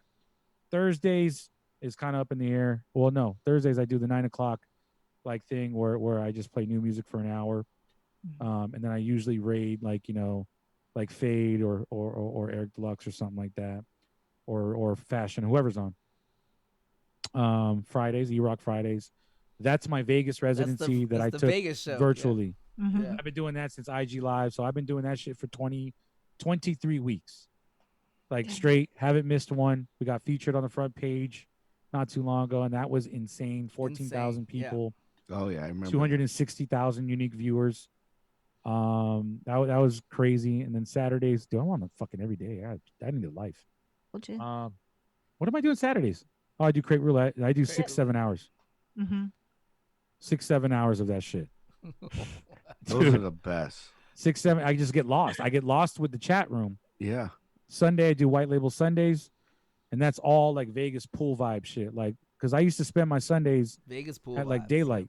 Yeah. Daylight. Daylight Beach Club, Daylight, and I used to play like whether it was like super energetic house or fucking like like hip hop. But I just said, you know what, I want a house music offering, so people can kind of see the range of everything that I can do.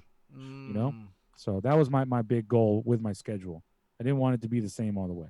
So sorry to bore you guys. No, No, it's that's not. awesome. It's not boring. No, it's just just the way you laid it out. You planned this. You can tell like you really planned it. You got to.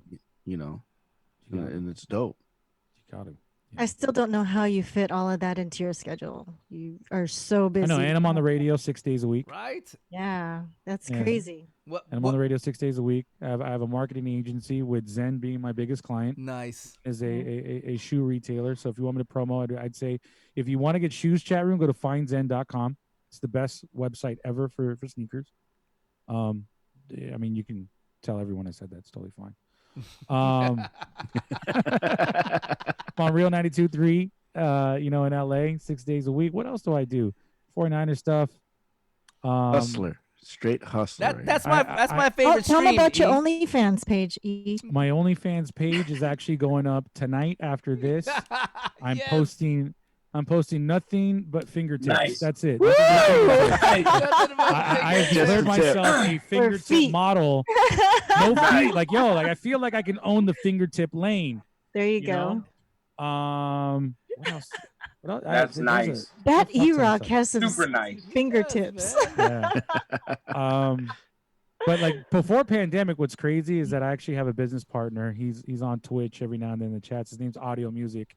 And then we program a couple nightclubs in San Francisco. So I would be like the talent buyer for like 2 or 3 nightclubs up north. Other than that, man, I don't know. Like I'm busy. I'm busy. And even during pandemic, it's like.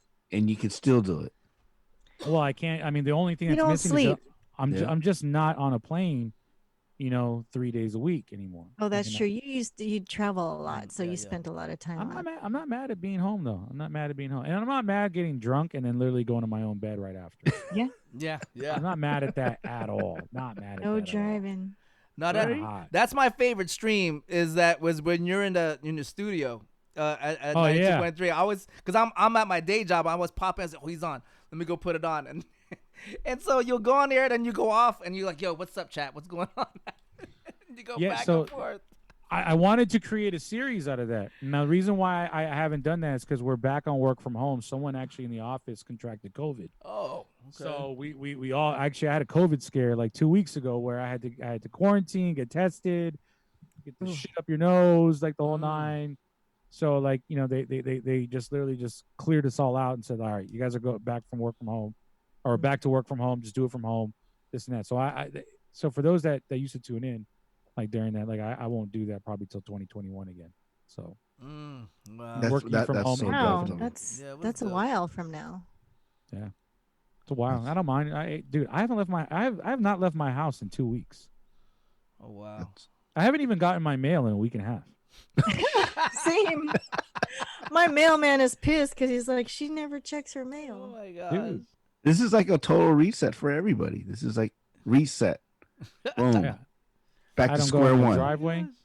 Like I forgot that literally how hot it is in LA. I went out in my backyard the other day. I was like, holy shit, it's hot. They're like, yeah, it's summer. I was like, oh yeah. There are no weekends in 2020. Every day is just every day. Every day Yeah, is just right. Yeah. There's no seasons. Like No. it's the same temperature in my house like 24/7. Hey E, how is the radio basement going? Oh, I know that like, are That's you another thing I still do. like, Fuck. yeah, are you We still have so like much in to the- ask you, E. I know. Man, I mean, radio basement. I mean, we're on your time, so you know what I'm saying. I know you. Hey, I'm here, man. I'm chilling, dog. Radio Basement is a syndicated show that is flagshipped out of Real 92.3 LA. We are partners with iHeart. And basically it's on 8 different stations: Pittsburgh, Corpus Christi. We're about to be on in Eugene, Oregon, Portland, Oregon, Salt Lake City, Las Vegas, obviously on KYMT, Real 103.9. We're also in Palm Springs and San Francisco on 997 now. So we've been doing that show. I've been doing that show for a while. Actually, Miles Medina was the original DJ for the Basement, believe it or not. When he used to do radio, me and him did it together. Yeah, you know, I do that once a week. It's a 2-hour show.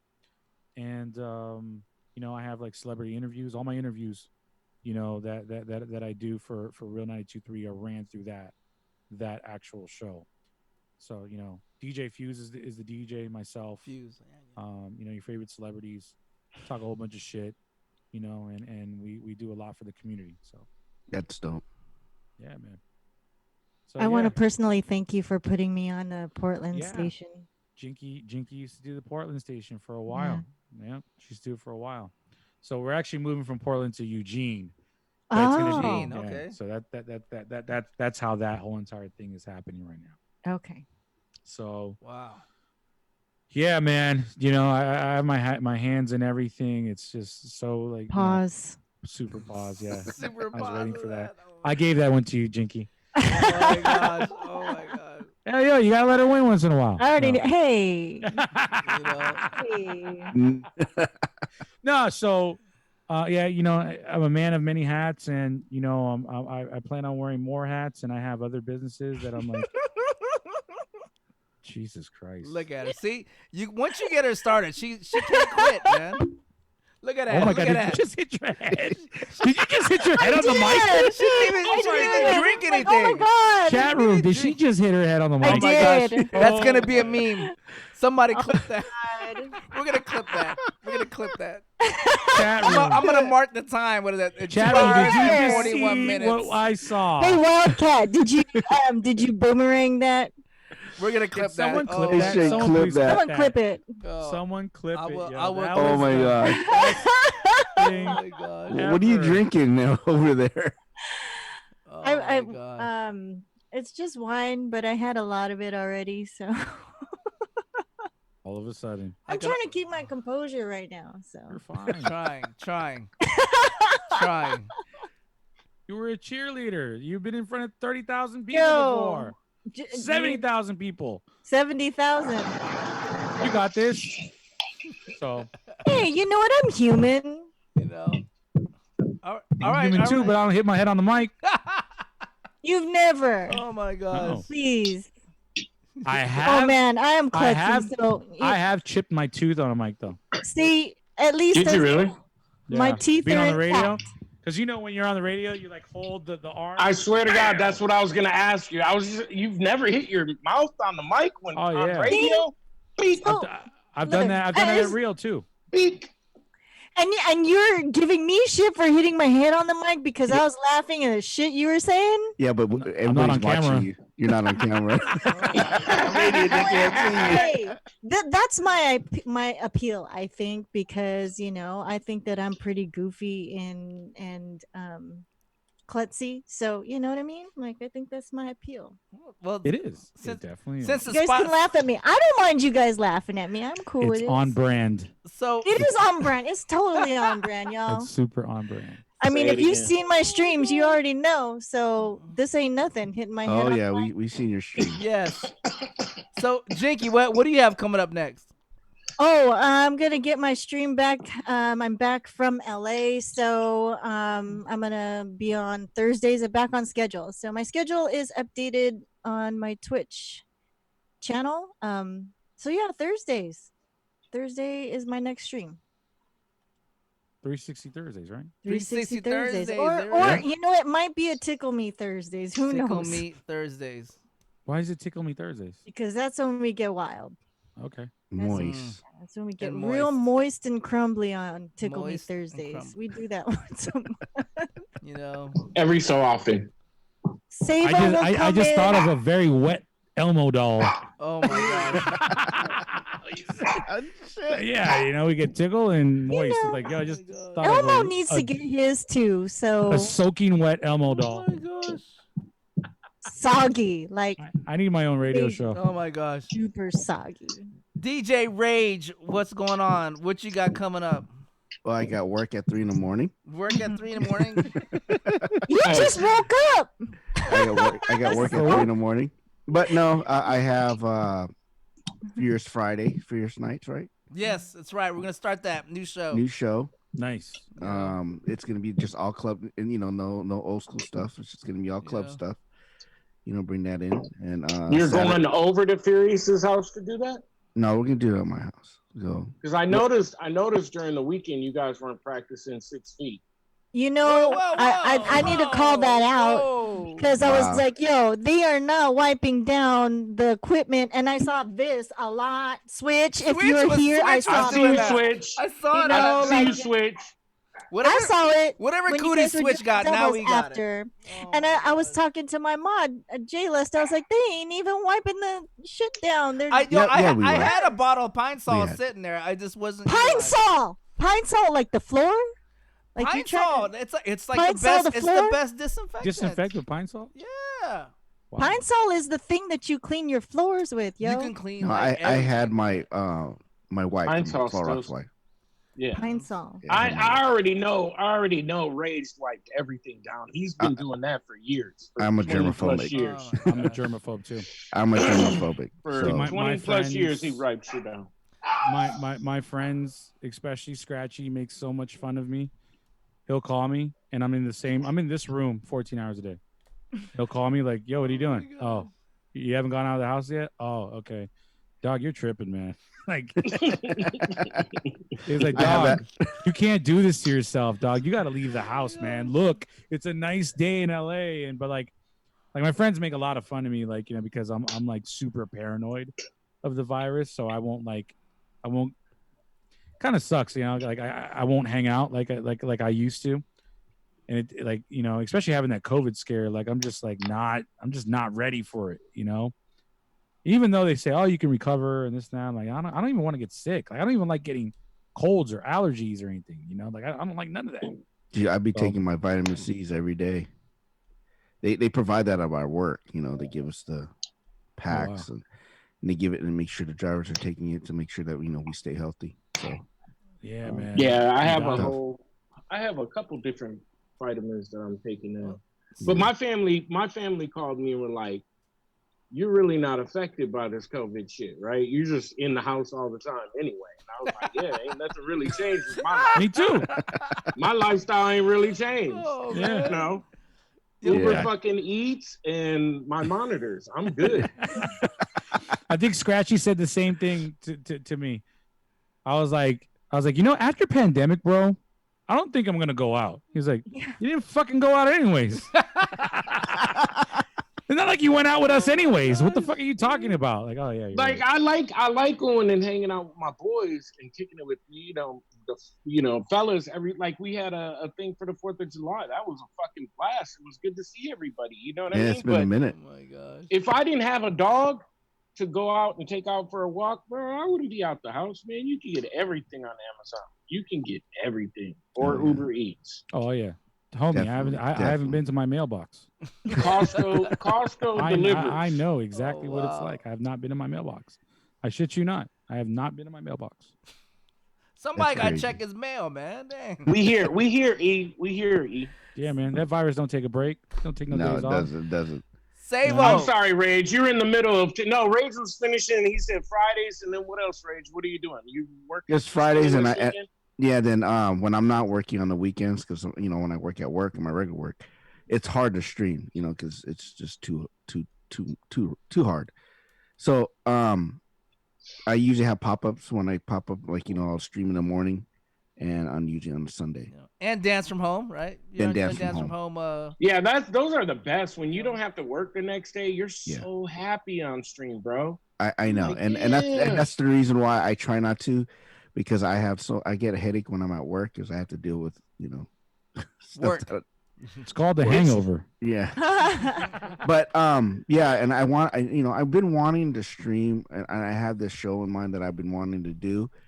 And it's just so tough because once I get home, it's like I'm up, I have to be at work at 3, and by the time I get home, I just want to take a nap, so I gotta fight it. I mean, I want to start working out so I could get that energy back. It's just so tough, We'll get you on a schedule, bro. I'll start calling you to wake you up to get you on a better schedule. If I answer my phone. Yeah, I don't think that's gonna God. work. I don't think that's enough. He won't even answer. He didn't answer today. I don't think that's Oh my enough. God. That's the one thing everybody says too. Hey, you talked to Rage, and I'm like, yeah, I just talked to him the other day. Wait a minute, he answered his phone. Yeah, I was like, I know he knows about the podcast. He like reposted the tweets and stuff. Like, No, I was excited, man. I couldn't wait to talk to E. like, You know, it was like one of those things. It's like shit. I looked at my phone. I was like, oh fuck. I was like, this motherfucker right here. You They're didn't know what doing, day it was. they're doing construction right outside my pad. So every morning at 7 a.m., all you hear is jackhammers and stuff. I think I've had like 3 hours sleep. I'm cool. Yeah. But yeah, so I've been wanting to do that. I have this one show I want to do.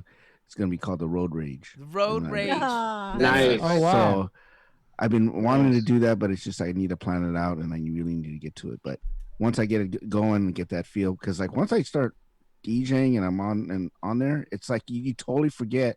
It's like shit. I've been on for 4 hours, 3 hours. Oh shit, you know, and I have a good time at it, you know. So, but yeah, that's what I got coming up. Savo, Cool. what you got? My OnlyFans is really growing. I'm doing about $22,000 a month now. Oh wow. No, I'm not. Listen, nobody's gonna come to my OnlyFans, bro. Hey man, you never know, man. Jinky will come. Honestly, I probably would kind of blow. Jinky You will know, go. OnlyFans, Jinx would come. Yeah. No, she wouldn't. She wouldn't. She might subscribe, but she wouldn't come. She'd be like, no, I'm not gonna go Pause. see all that. Pause. Pause. My Pause. bad. My Damn, bad. are you Big serious? pause. But you know, honestly, you know, OnlyFans started for artists. So it was a thing for artists, and then all these nasty ladies got on there and started doing their nasty thing. They're But not it started nasty. OnlyFans. No, it's I'm art. sorry. It's art It's as art. well, man. I call it art. My inbox is listen. My community is so fucking awesome. They send me shit all the time on Twitch or emails or whatever DMs, and it's like stolen OnlyFans accounts, and they'll be like, "Oh, look who has an OnlyFans account now," and I'm like, "What the? Why are you sending me this? I could be at church looking at my." Not safe for church. But oh, definitely. But no, I'm in the middle of finishing up my all three of them are out right now. Colin Kaepernick. I had to finish up my Baby Yoda joint and the what's his name? Afro Samurai painting. Oh, nice. And so I've been trying to get to stream, but I started redoing my stream area, redoing the whole entire thing over. And so we're slowly getting that done because I hate doing real work. But we're getting that done, and so supporting everybody else, man, modding as much as I can, and making sure that I keep that chat going in everybody's stream, man. I'm just happy for all of us, man. Yeah, I'm happy that appreciate E that. finally got on here, man. I've been happy to looking be forward here. to this Yeah, one for man. a while, bro. I'm Yeah, happy me to too. be I've here. been looking forward to this for a When while. you guys are calling me out, like, yo, when you get on the show, I'm down for next week. I'm in. We can't do next week, though. All right, cool. All right, my bad. Shit. But I look forward to E's shows, man. E's shows are. Yeah. He knows because I'm in this chat all the time. This Friday is probably going to be a good one. I mean, we're celebrating the 1K sub thing, Oh wow. so we're gonna celebrate that. I I'm mean, about Bella to Fiasco did it, so I was like, fuck it, I'll do one too. So we're gonna try to That's go big big, with this man. one. That's You know, big. and then Bella's killing Pause. the game right now too. destroying it, man. She's Destroying she's it. killing it. Right Proud now. of her, man. Proud of her. She was a person that I got on as a partner as well. Her friends, and I'm proud of them. I mean, they are doing things. Oh, well, Franz and I already knew was going to destroy, but Bella definitely, her streaming and the way that she conducts her shows and how she engages with her audience and how she has full on conversations and connections with people. I told her the other day, I was like, oh man, you really surprised me there. You're natural at this shit. So She has a formula and it's working. Right. and she's just being her, and that's Yeah. what's great about it. So it's authentic. It's just her. It's just And full it's on- very Twitch oriented. You know Yeah. what I mean? So. It's literally Bella in a Twitch digestible format. Right? Yeah. It's authentic all the way. You go there now. She's drinking Jameson. She's talking shit. She just bought 2 bottles. You know, She did? She's on for Yeah. hours. Wow. She like texted me at 4 a.m. this morning, asking me like, Shit. "Yo, when you do reruns, does it mute the audio?" I was like, "Fucking sleeping, dog." She's like my little sister. She's like my little sister. So we talk so much shit to each other. She doesn't have no time schedule.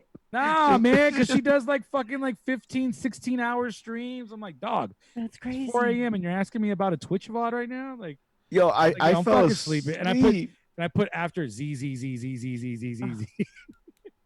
Hey, I know we're trying to wrap up real quick, but I wanted to ask. My headphones went off for a second. Real quick, E. Do you feel like you're kind of cheating when you came to Twitch because you had the background in radio and programming and stuff like that? Did you kind of feel like? Because I always felt like, because I was like, wait until they get a load of me. I'm gonna take everything I learned from radio and morning shows and programming, and I'm gonna combine it with my art. And I'm just going to do something different that's not out there yet. And I talk about this all the time on Twitch, which, you know, like I was here 5 years ago, so there was no hip hop on Twitch. It was all like wizard music and gaming music. And so like when I came with hip hop, came with hip hop and reggae and R&B, like it was just something that was missing, but I knew hip hop was going to be big. Did you guys see the biggest? See the news today? How they signed Logic exclusively to Twitch? Oh yeah. Crazy, right? Yeah. Go ahead. But do you feel like you're kind of cheating sometimes? That's my last question, and we can. No, because you know I think that anybody who you know, and I don't want to sound mean with this, but like you know, you're always going to be as great as what you're exposed to, and if you got it, you got it. That's just it. It's called the it factor. You got the it factor. Yeah. You know, that's the thing. It's like, but and if you don't got it, you can still work on getting it. Mm-hmm. You know what I mean? So don't be discouraged. You know, it takes more work for you. It's double the work. Dude, I was listening to one of my radio shows from Wild 94.9 way back in the day. This shit is like fucking like 13 years old. And I sound like I sound like garbage. And I actually sent it to Jay Cruz, and I was like, dude, can you believe I used to fucking sound like this? And he was like, oh my God. And I thought about it. It's like, yo, if I sounded like this on Twitch, I would just be the worst. Like, you know, so, you know, I don't think I was cheating. And like I said, you're always going to be as great as what you're used to. It's like, you know, if you're a natural at it, it's like, yo, like, you know, fucking Giancarlo Stanton's always been able to fucking hit home runs. You know, he got into the league and he kept on hitting home runs, you know, like he worked it. He worked his way to get there. That's it. Yeah. No, I just remember thinking like, you know, for some people who just want to stream, they work at fucking Costco. And they just love video games or whatever, and they just want to stream, and they get on Twitch, and you know, and then I'm like, and then there's people who have worked in radio and worked in front of crowds, and I've done stand up, you know, most of my life since I was a little kid, and like, you know, so I kind of felt like, well, kind of cheating a little bit compared to everybody else who just wants to stream, and I just noticed that, like, especially in the last year or so, the growth of the DJ on Twitch. And it's just amazing. And I'm so grateful that, you know, that everybody's here and everybody's doing their job. But I just knew, like, there's just, it's the entertainment business. It's just another form of the entertainment business. So I've already been in the entertainment business. I don't call it cheating. Another form. I don't think it's called cheating. You know what I mean, though. Yeah, I don't think it's called cheating. It's a gift that you have. Yeah. And it's a gift that all of us have. You got it, you got it, man. Yeah, if you got it, you got it. If you don't, you got it. If you don't. But for the people that don't got it, and I've seen people that work twice as hard as us, and they do get it, and it becomes natural to them, and they learn how to do it. You know, it just takes more work. You know, but people that do have that gift, embrace it. You know what I mean? It's you know, that's the gift that you get. Yeah.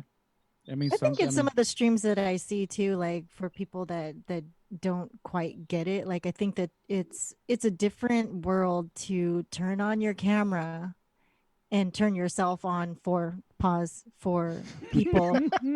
You know what I mean? Like some of us, we're just natural performers because that's what we do. We're used to playing for crowds and having that on.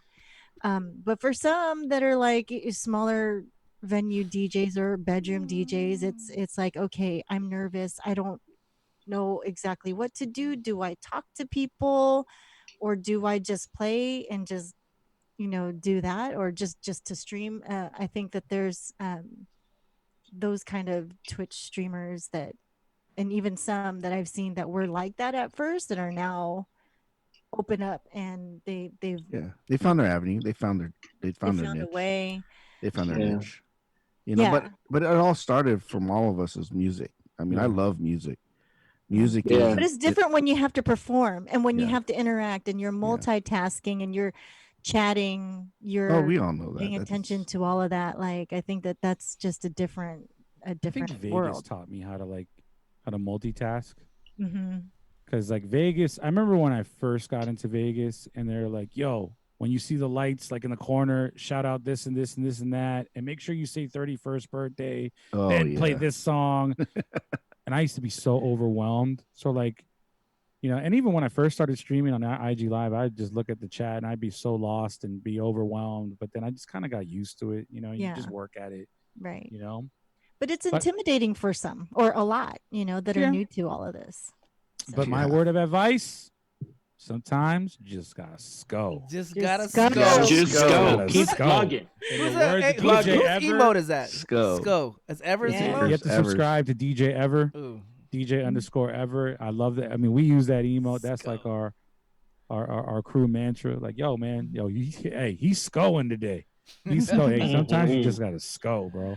Yep. There it is. Sco emote. No, there it is. Right Got it. Sometimes you just gotta sco. That's where that came from. So it's intimidating, but guess what? Just gotta sco. Yep. Let's go. Speaking of just gotta sco, so what I want to do is I wanted to put together a program.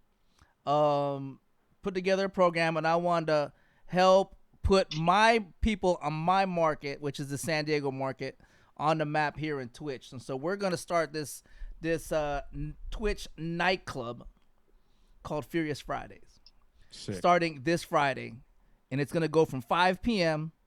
to midnight, and we're gonna have a DJ rating every hour on the hour. And so, San Diego people, where are you at? Lesteezy, I see you. Where's Dynamic at? Dynamic never showed up here. So, we're gonna get all the 619 people, and then if I can't find 619 people, I'm just gonna have to call my other friends. We'll go back and forth with E. Right? Down. See, he's down. Where's Switch? Where's the DMC champion Switch at?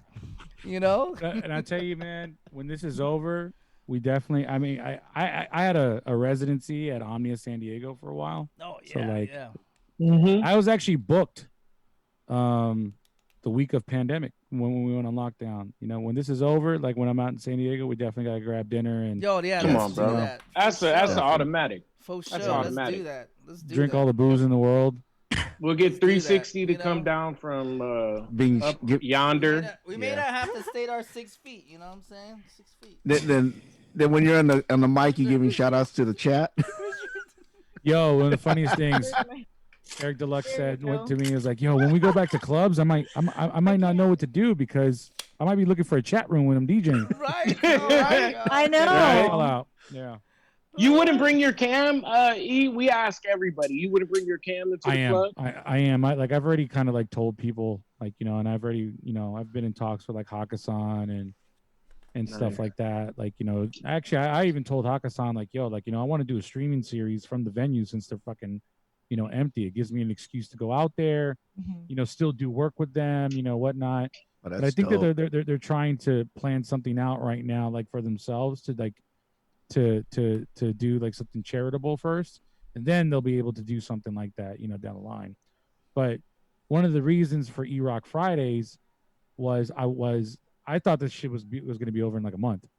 So I thought that I was just gonna fucking get this shit all popping and then fucking take this back to the club and stream from the club.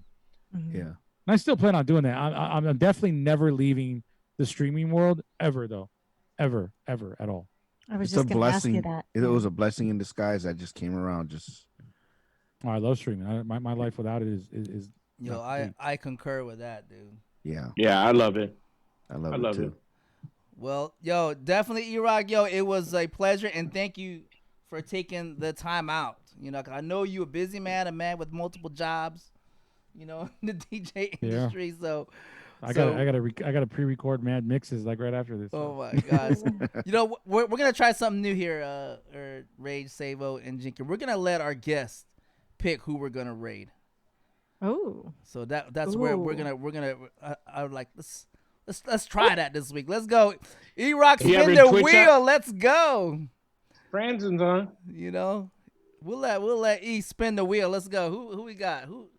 There's a Uh-oh. wheel? Uh-oh. No, there's Let's no wheel, see. but I mean choose. I was He like, was where's like the wheel happy. at? He Where's was the like, wheel "Where's at, the right? wheel?" Yeah, where's the That wheel? I was motherfucker. like, "There's a wheel." No, do you Yeah, 'cause do you like Flipside has a always raid wheel. like just your Yeah, friends, or Flipside do you got the ever wheel. like find people that you're like, okay, well let's I've- send some love to this channel because we could probably It's me. It's half and half. Mhm. If I know that my friends are on, you know, obviously we're all part of the same crew. Like Yeah, I'll yeah. obviously like, you know, see if they're on. If they're not, or if they have a substantial number of people. I was like the other day I was like, yo, we're gonna raid Eric Deluxe, and then I look at Eric Deluxe, he had like 4,000 people. He's on the homepage. Like, all right, he doesn't need the raid. He does not need the raid. That's my brother. I love him, but let's go raid this person. You know. Mhm. So like, you know, and I'll do that. Like, you know, but I'm very particular though with that because I want to make sure that obviously the streamer is good, because when you raid someone and then fucking your crowd is just like, oh, who the fuck did we just raid? Right? Oh, Yeah. right. Bad on Wanna you. make Like, sure yo, they're what the 100%. fuck For sure. is You this? know Right? what I'm saying? For sure. For sure. So that's my answer. So who do you got? So who are we rating? Oh, you're asking me? Yeah. Yes. Yeah. Yeah. On the spot. Who do you pick? Let me go through this. Damn, there's not a lot of people on. It's crazy. Ding, ding. Uh, Where's the Jeopardy music? I would say what we got? I think on Damn, I don't know. my list I see Franny, Audio One, Flips Bella. out in the DMV. Oh. Bella's on? Where's she at? Bella's on. Bella's on. She has like Mhm. 361 people. You know. yeah. I don't know. That's a hard one. This is a tough one. You already rated Franzen. You know. All right. Did you? There Oh no. you go. Did you? Well, rate No. him? We talked about friends and enough. We Then did. maybe we You know can what? send them over. Yeah. Let's rate the Fran. All right, let's do it. Yeah. Hey, chat room. Before we bounce, make sure you let's flood the chat with E-Rock's emotes if you got them, and give him a big thank you for being here on the Furious Yeah, thank you for Zone, having me. fired up and furious. You know, thanks you for stopping by for sure. Finally, we got him. Right? What do you mean finally? You make it Finally. seem like you guys asked me 2 weeks ago, and I said I was gonna go on fucking a week after. Finally. No, I think it's finally for us, because I think from the time that we started doing this, you were one of the people that we wanted to have on for sure. Yeah. You Yeah. feel me? And when Um, you came in the chat and just dropping those knowledge, people wanted to hear more of that knowledge. I hope I Sure. gave that today. So Yeah, you You did. did, bro. You did a Definitely. great job. And I people give would it ask. I give it an 8 out of 10. You did very good. No, I'm just kidding. I'm just I kidding. was like, what? Hey, No, Nah, E-Rock's it's family. like E-Rock's You got family. an though. S for satisfactory. Remember the S? Remember that? Yeah. You remember Right. the S in like fucking like elementary school. It's Right? an S. All right. Away from saying you're fucking dumb, dog. Y'all, Exceeds everybody in the expectations. Zoom, go ahead and hang out. And then, chat room, thanks for stopping by. Much appreciated. Thank you, Appreciate everybody. here in the Thank chat you, room hanging E-Rock. out. Give a big shout out to my man E-Rock. We're gonna raid Francis. Do not go nowhere. When you go there, you know the deal. Blow his chat up. But I think he's subscriber only, so hopefully y'all subscribe. Let's go. Rating. Is it going? Did it work? Type it again. Thanks man. everybody in chat for hanging out with us tonight. Damn, Yeah, love you guys. Appreciate you. Appreciate y'all. Let me put E-Rock's emotes in there. Every single one. Rating, here we go. Furious Zone, let's go. Bam. And we are There he is. we are done.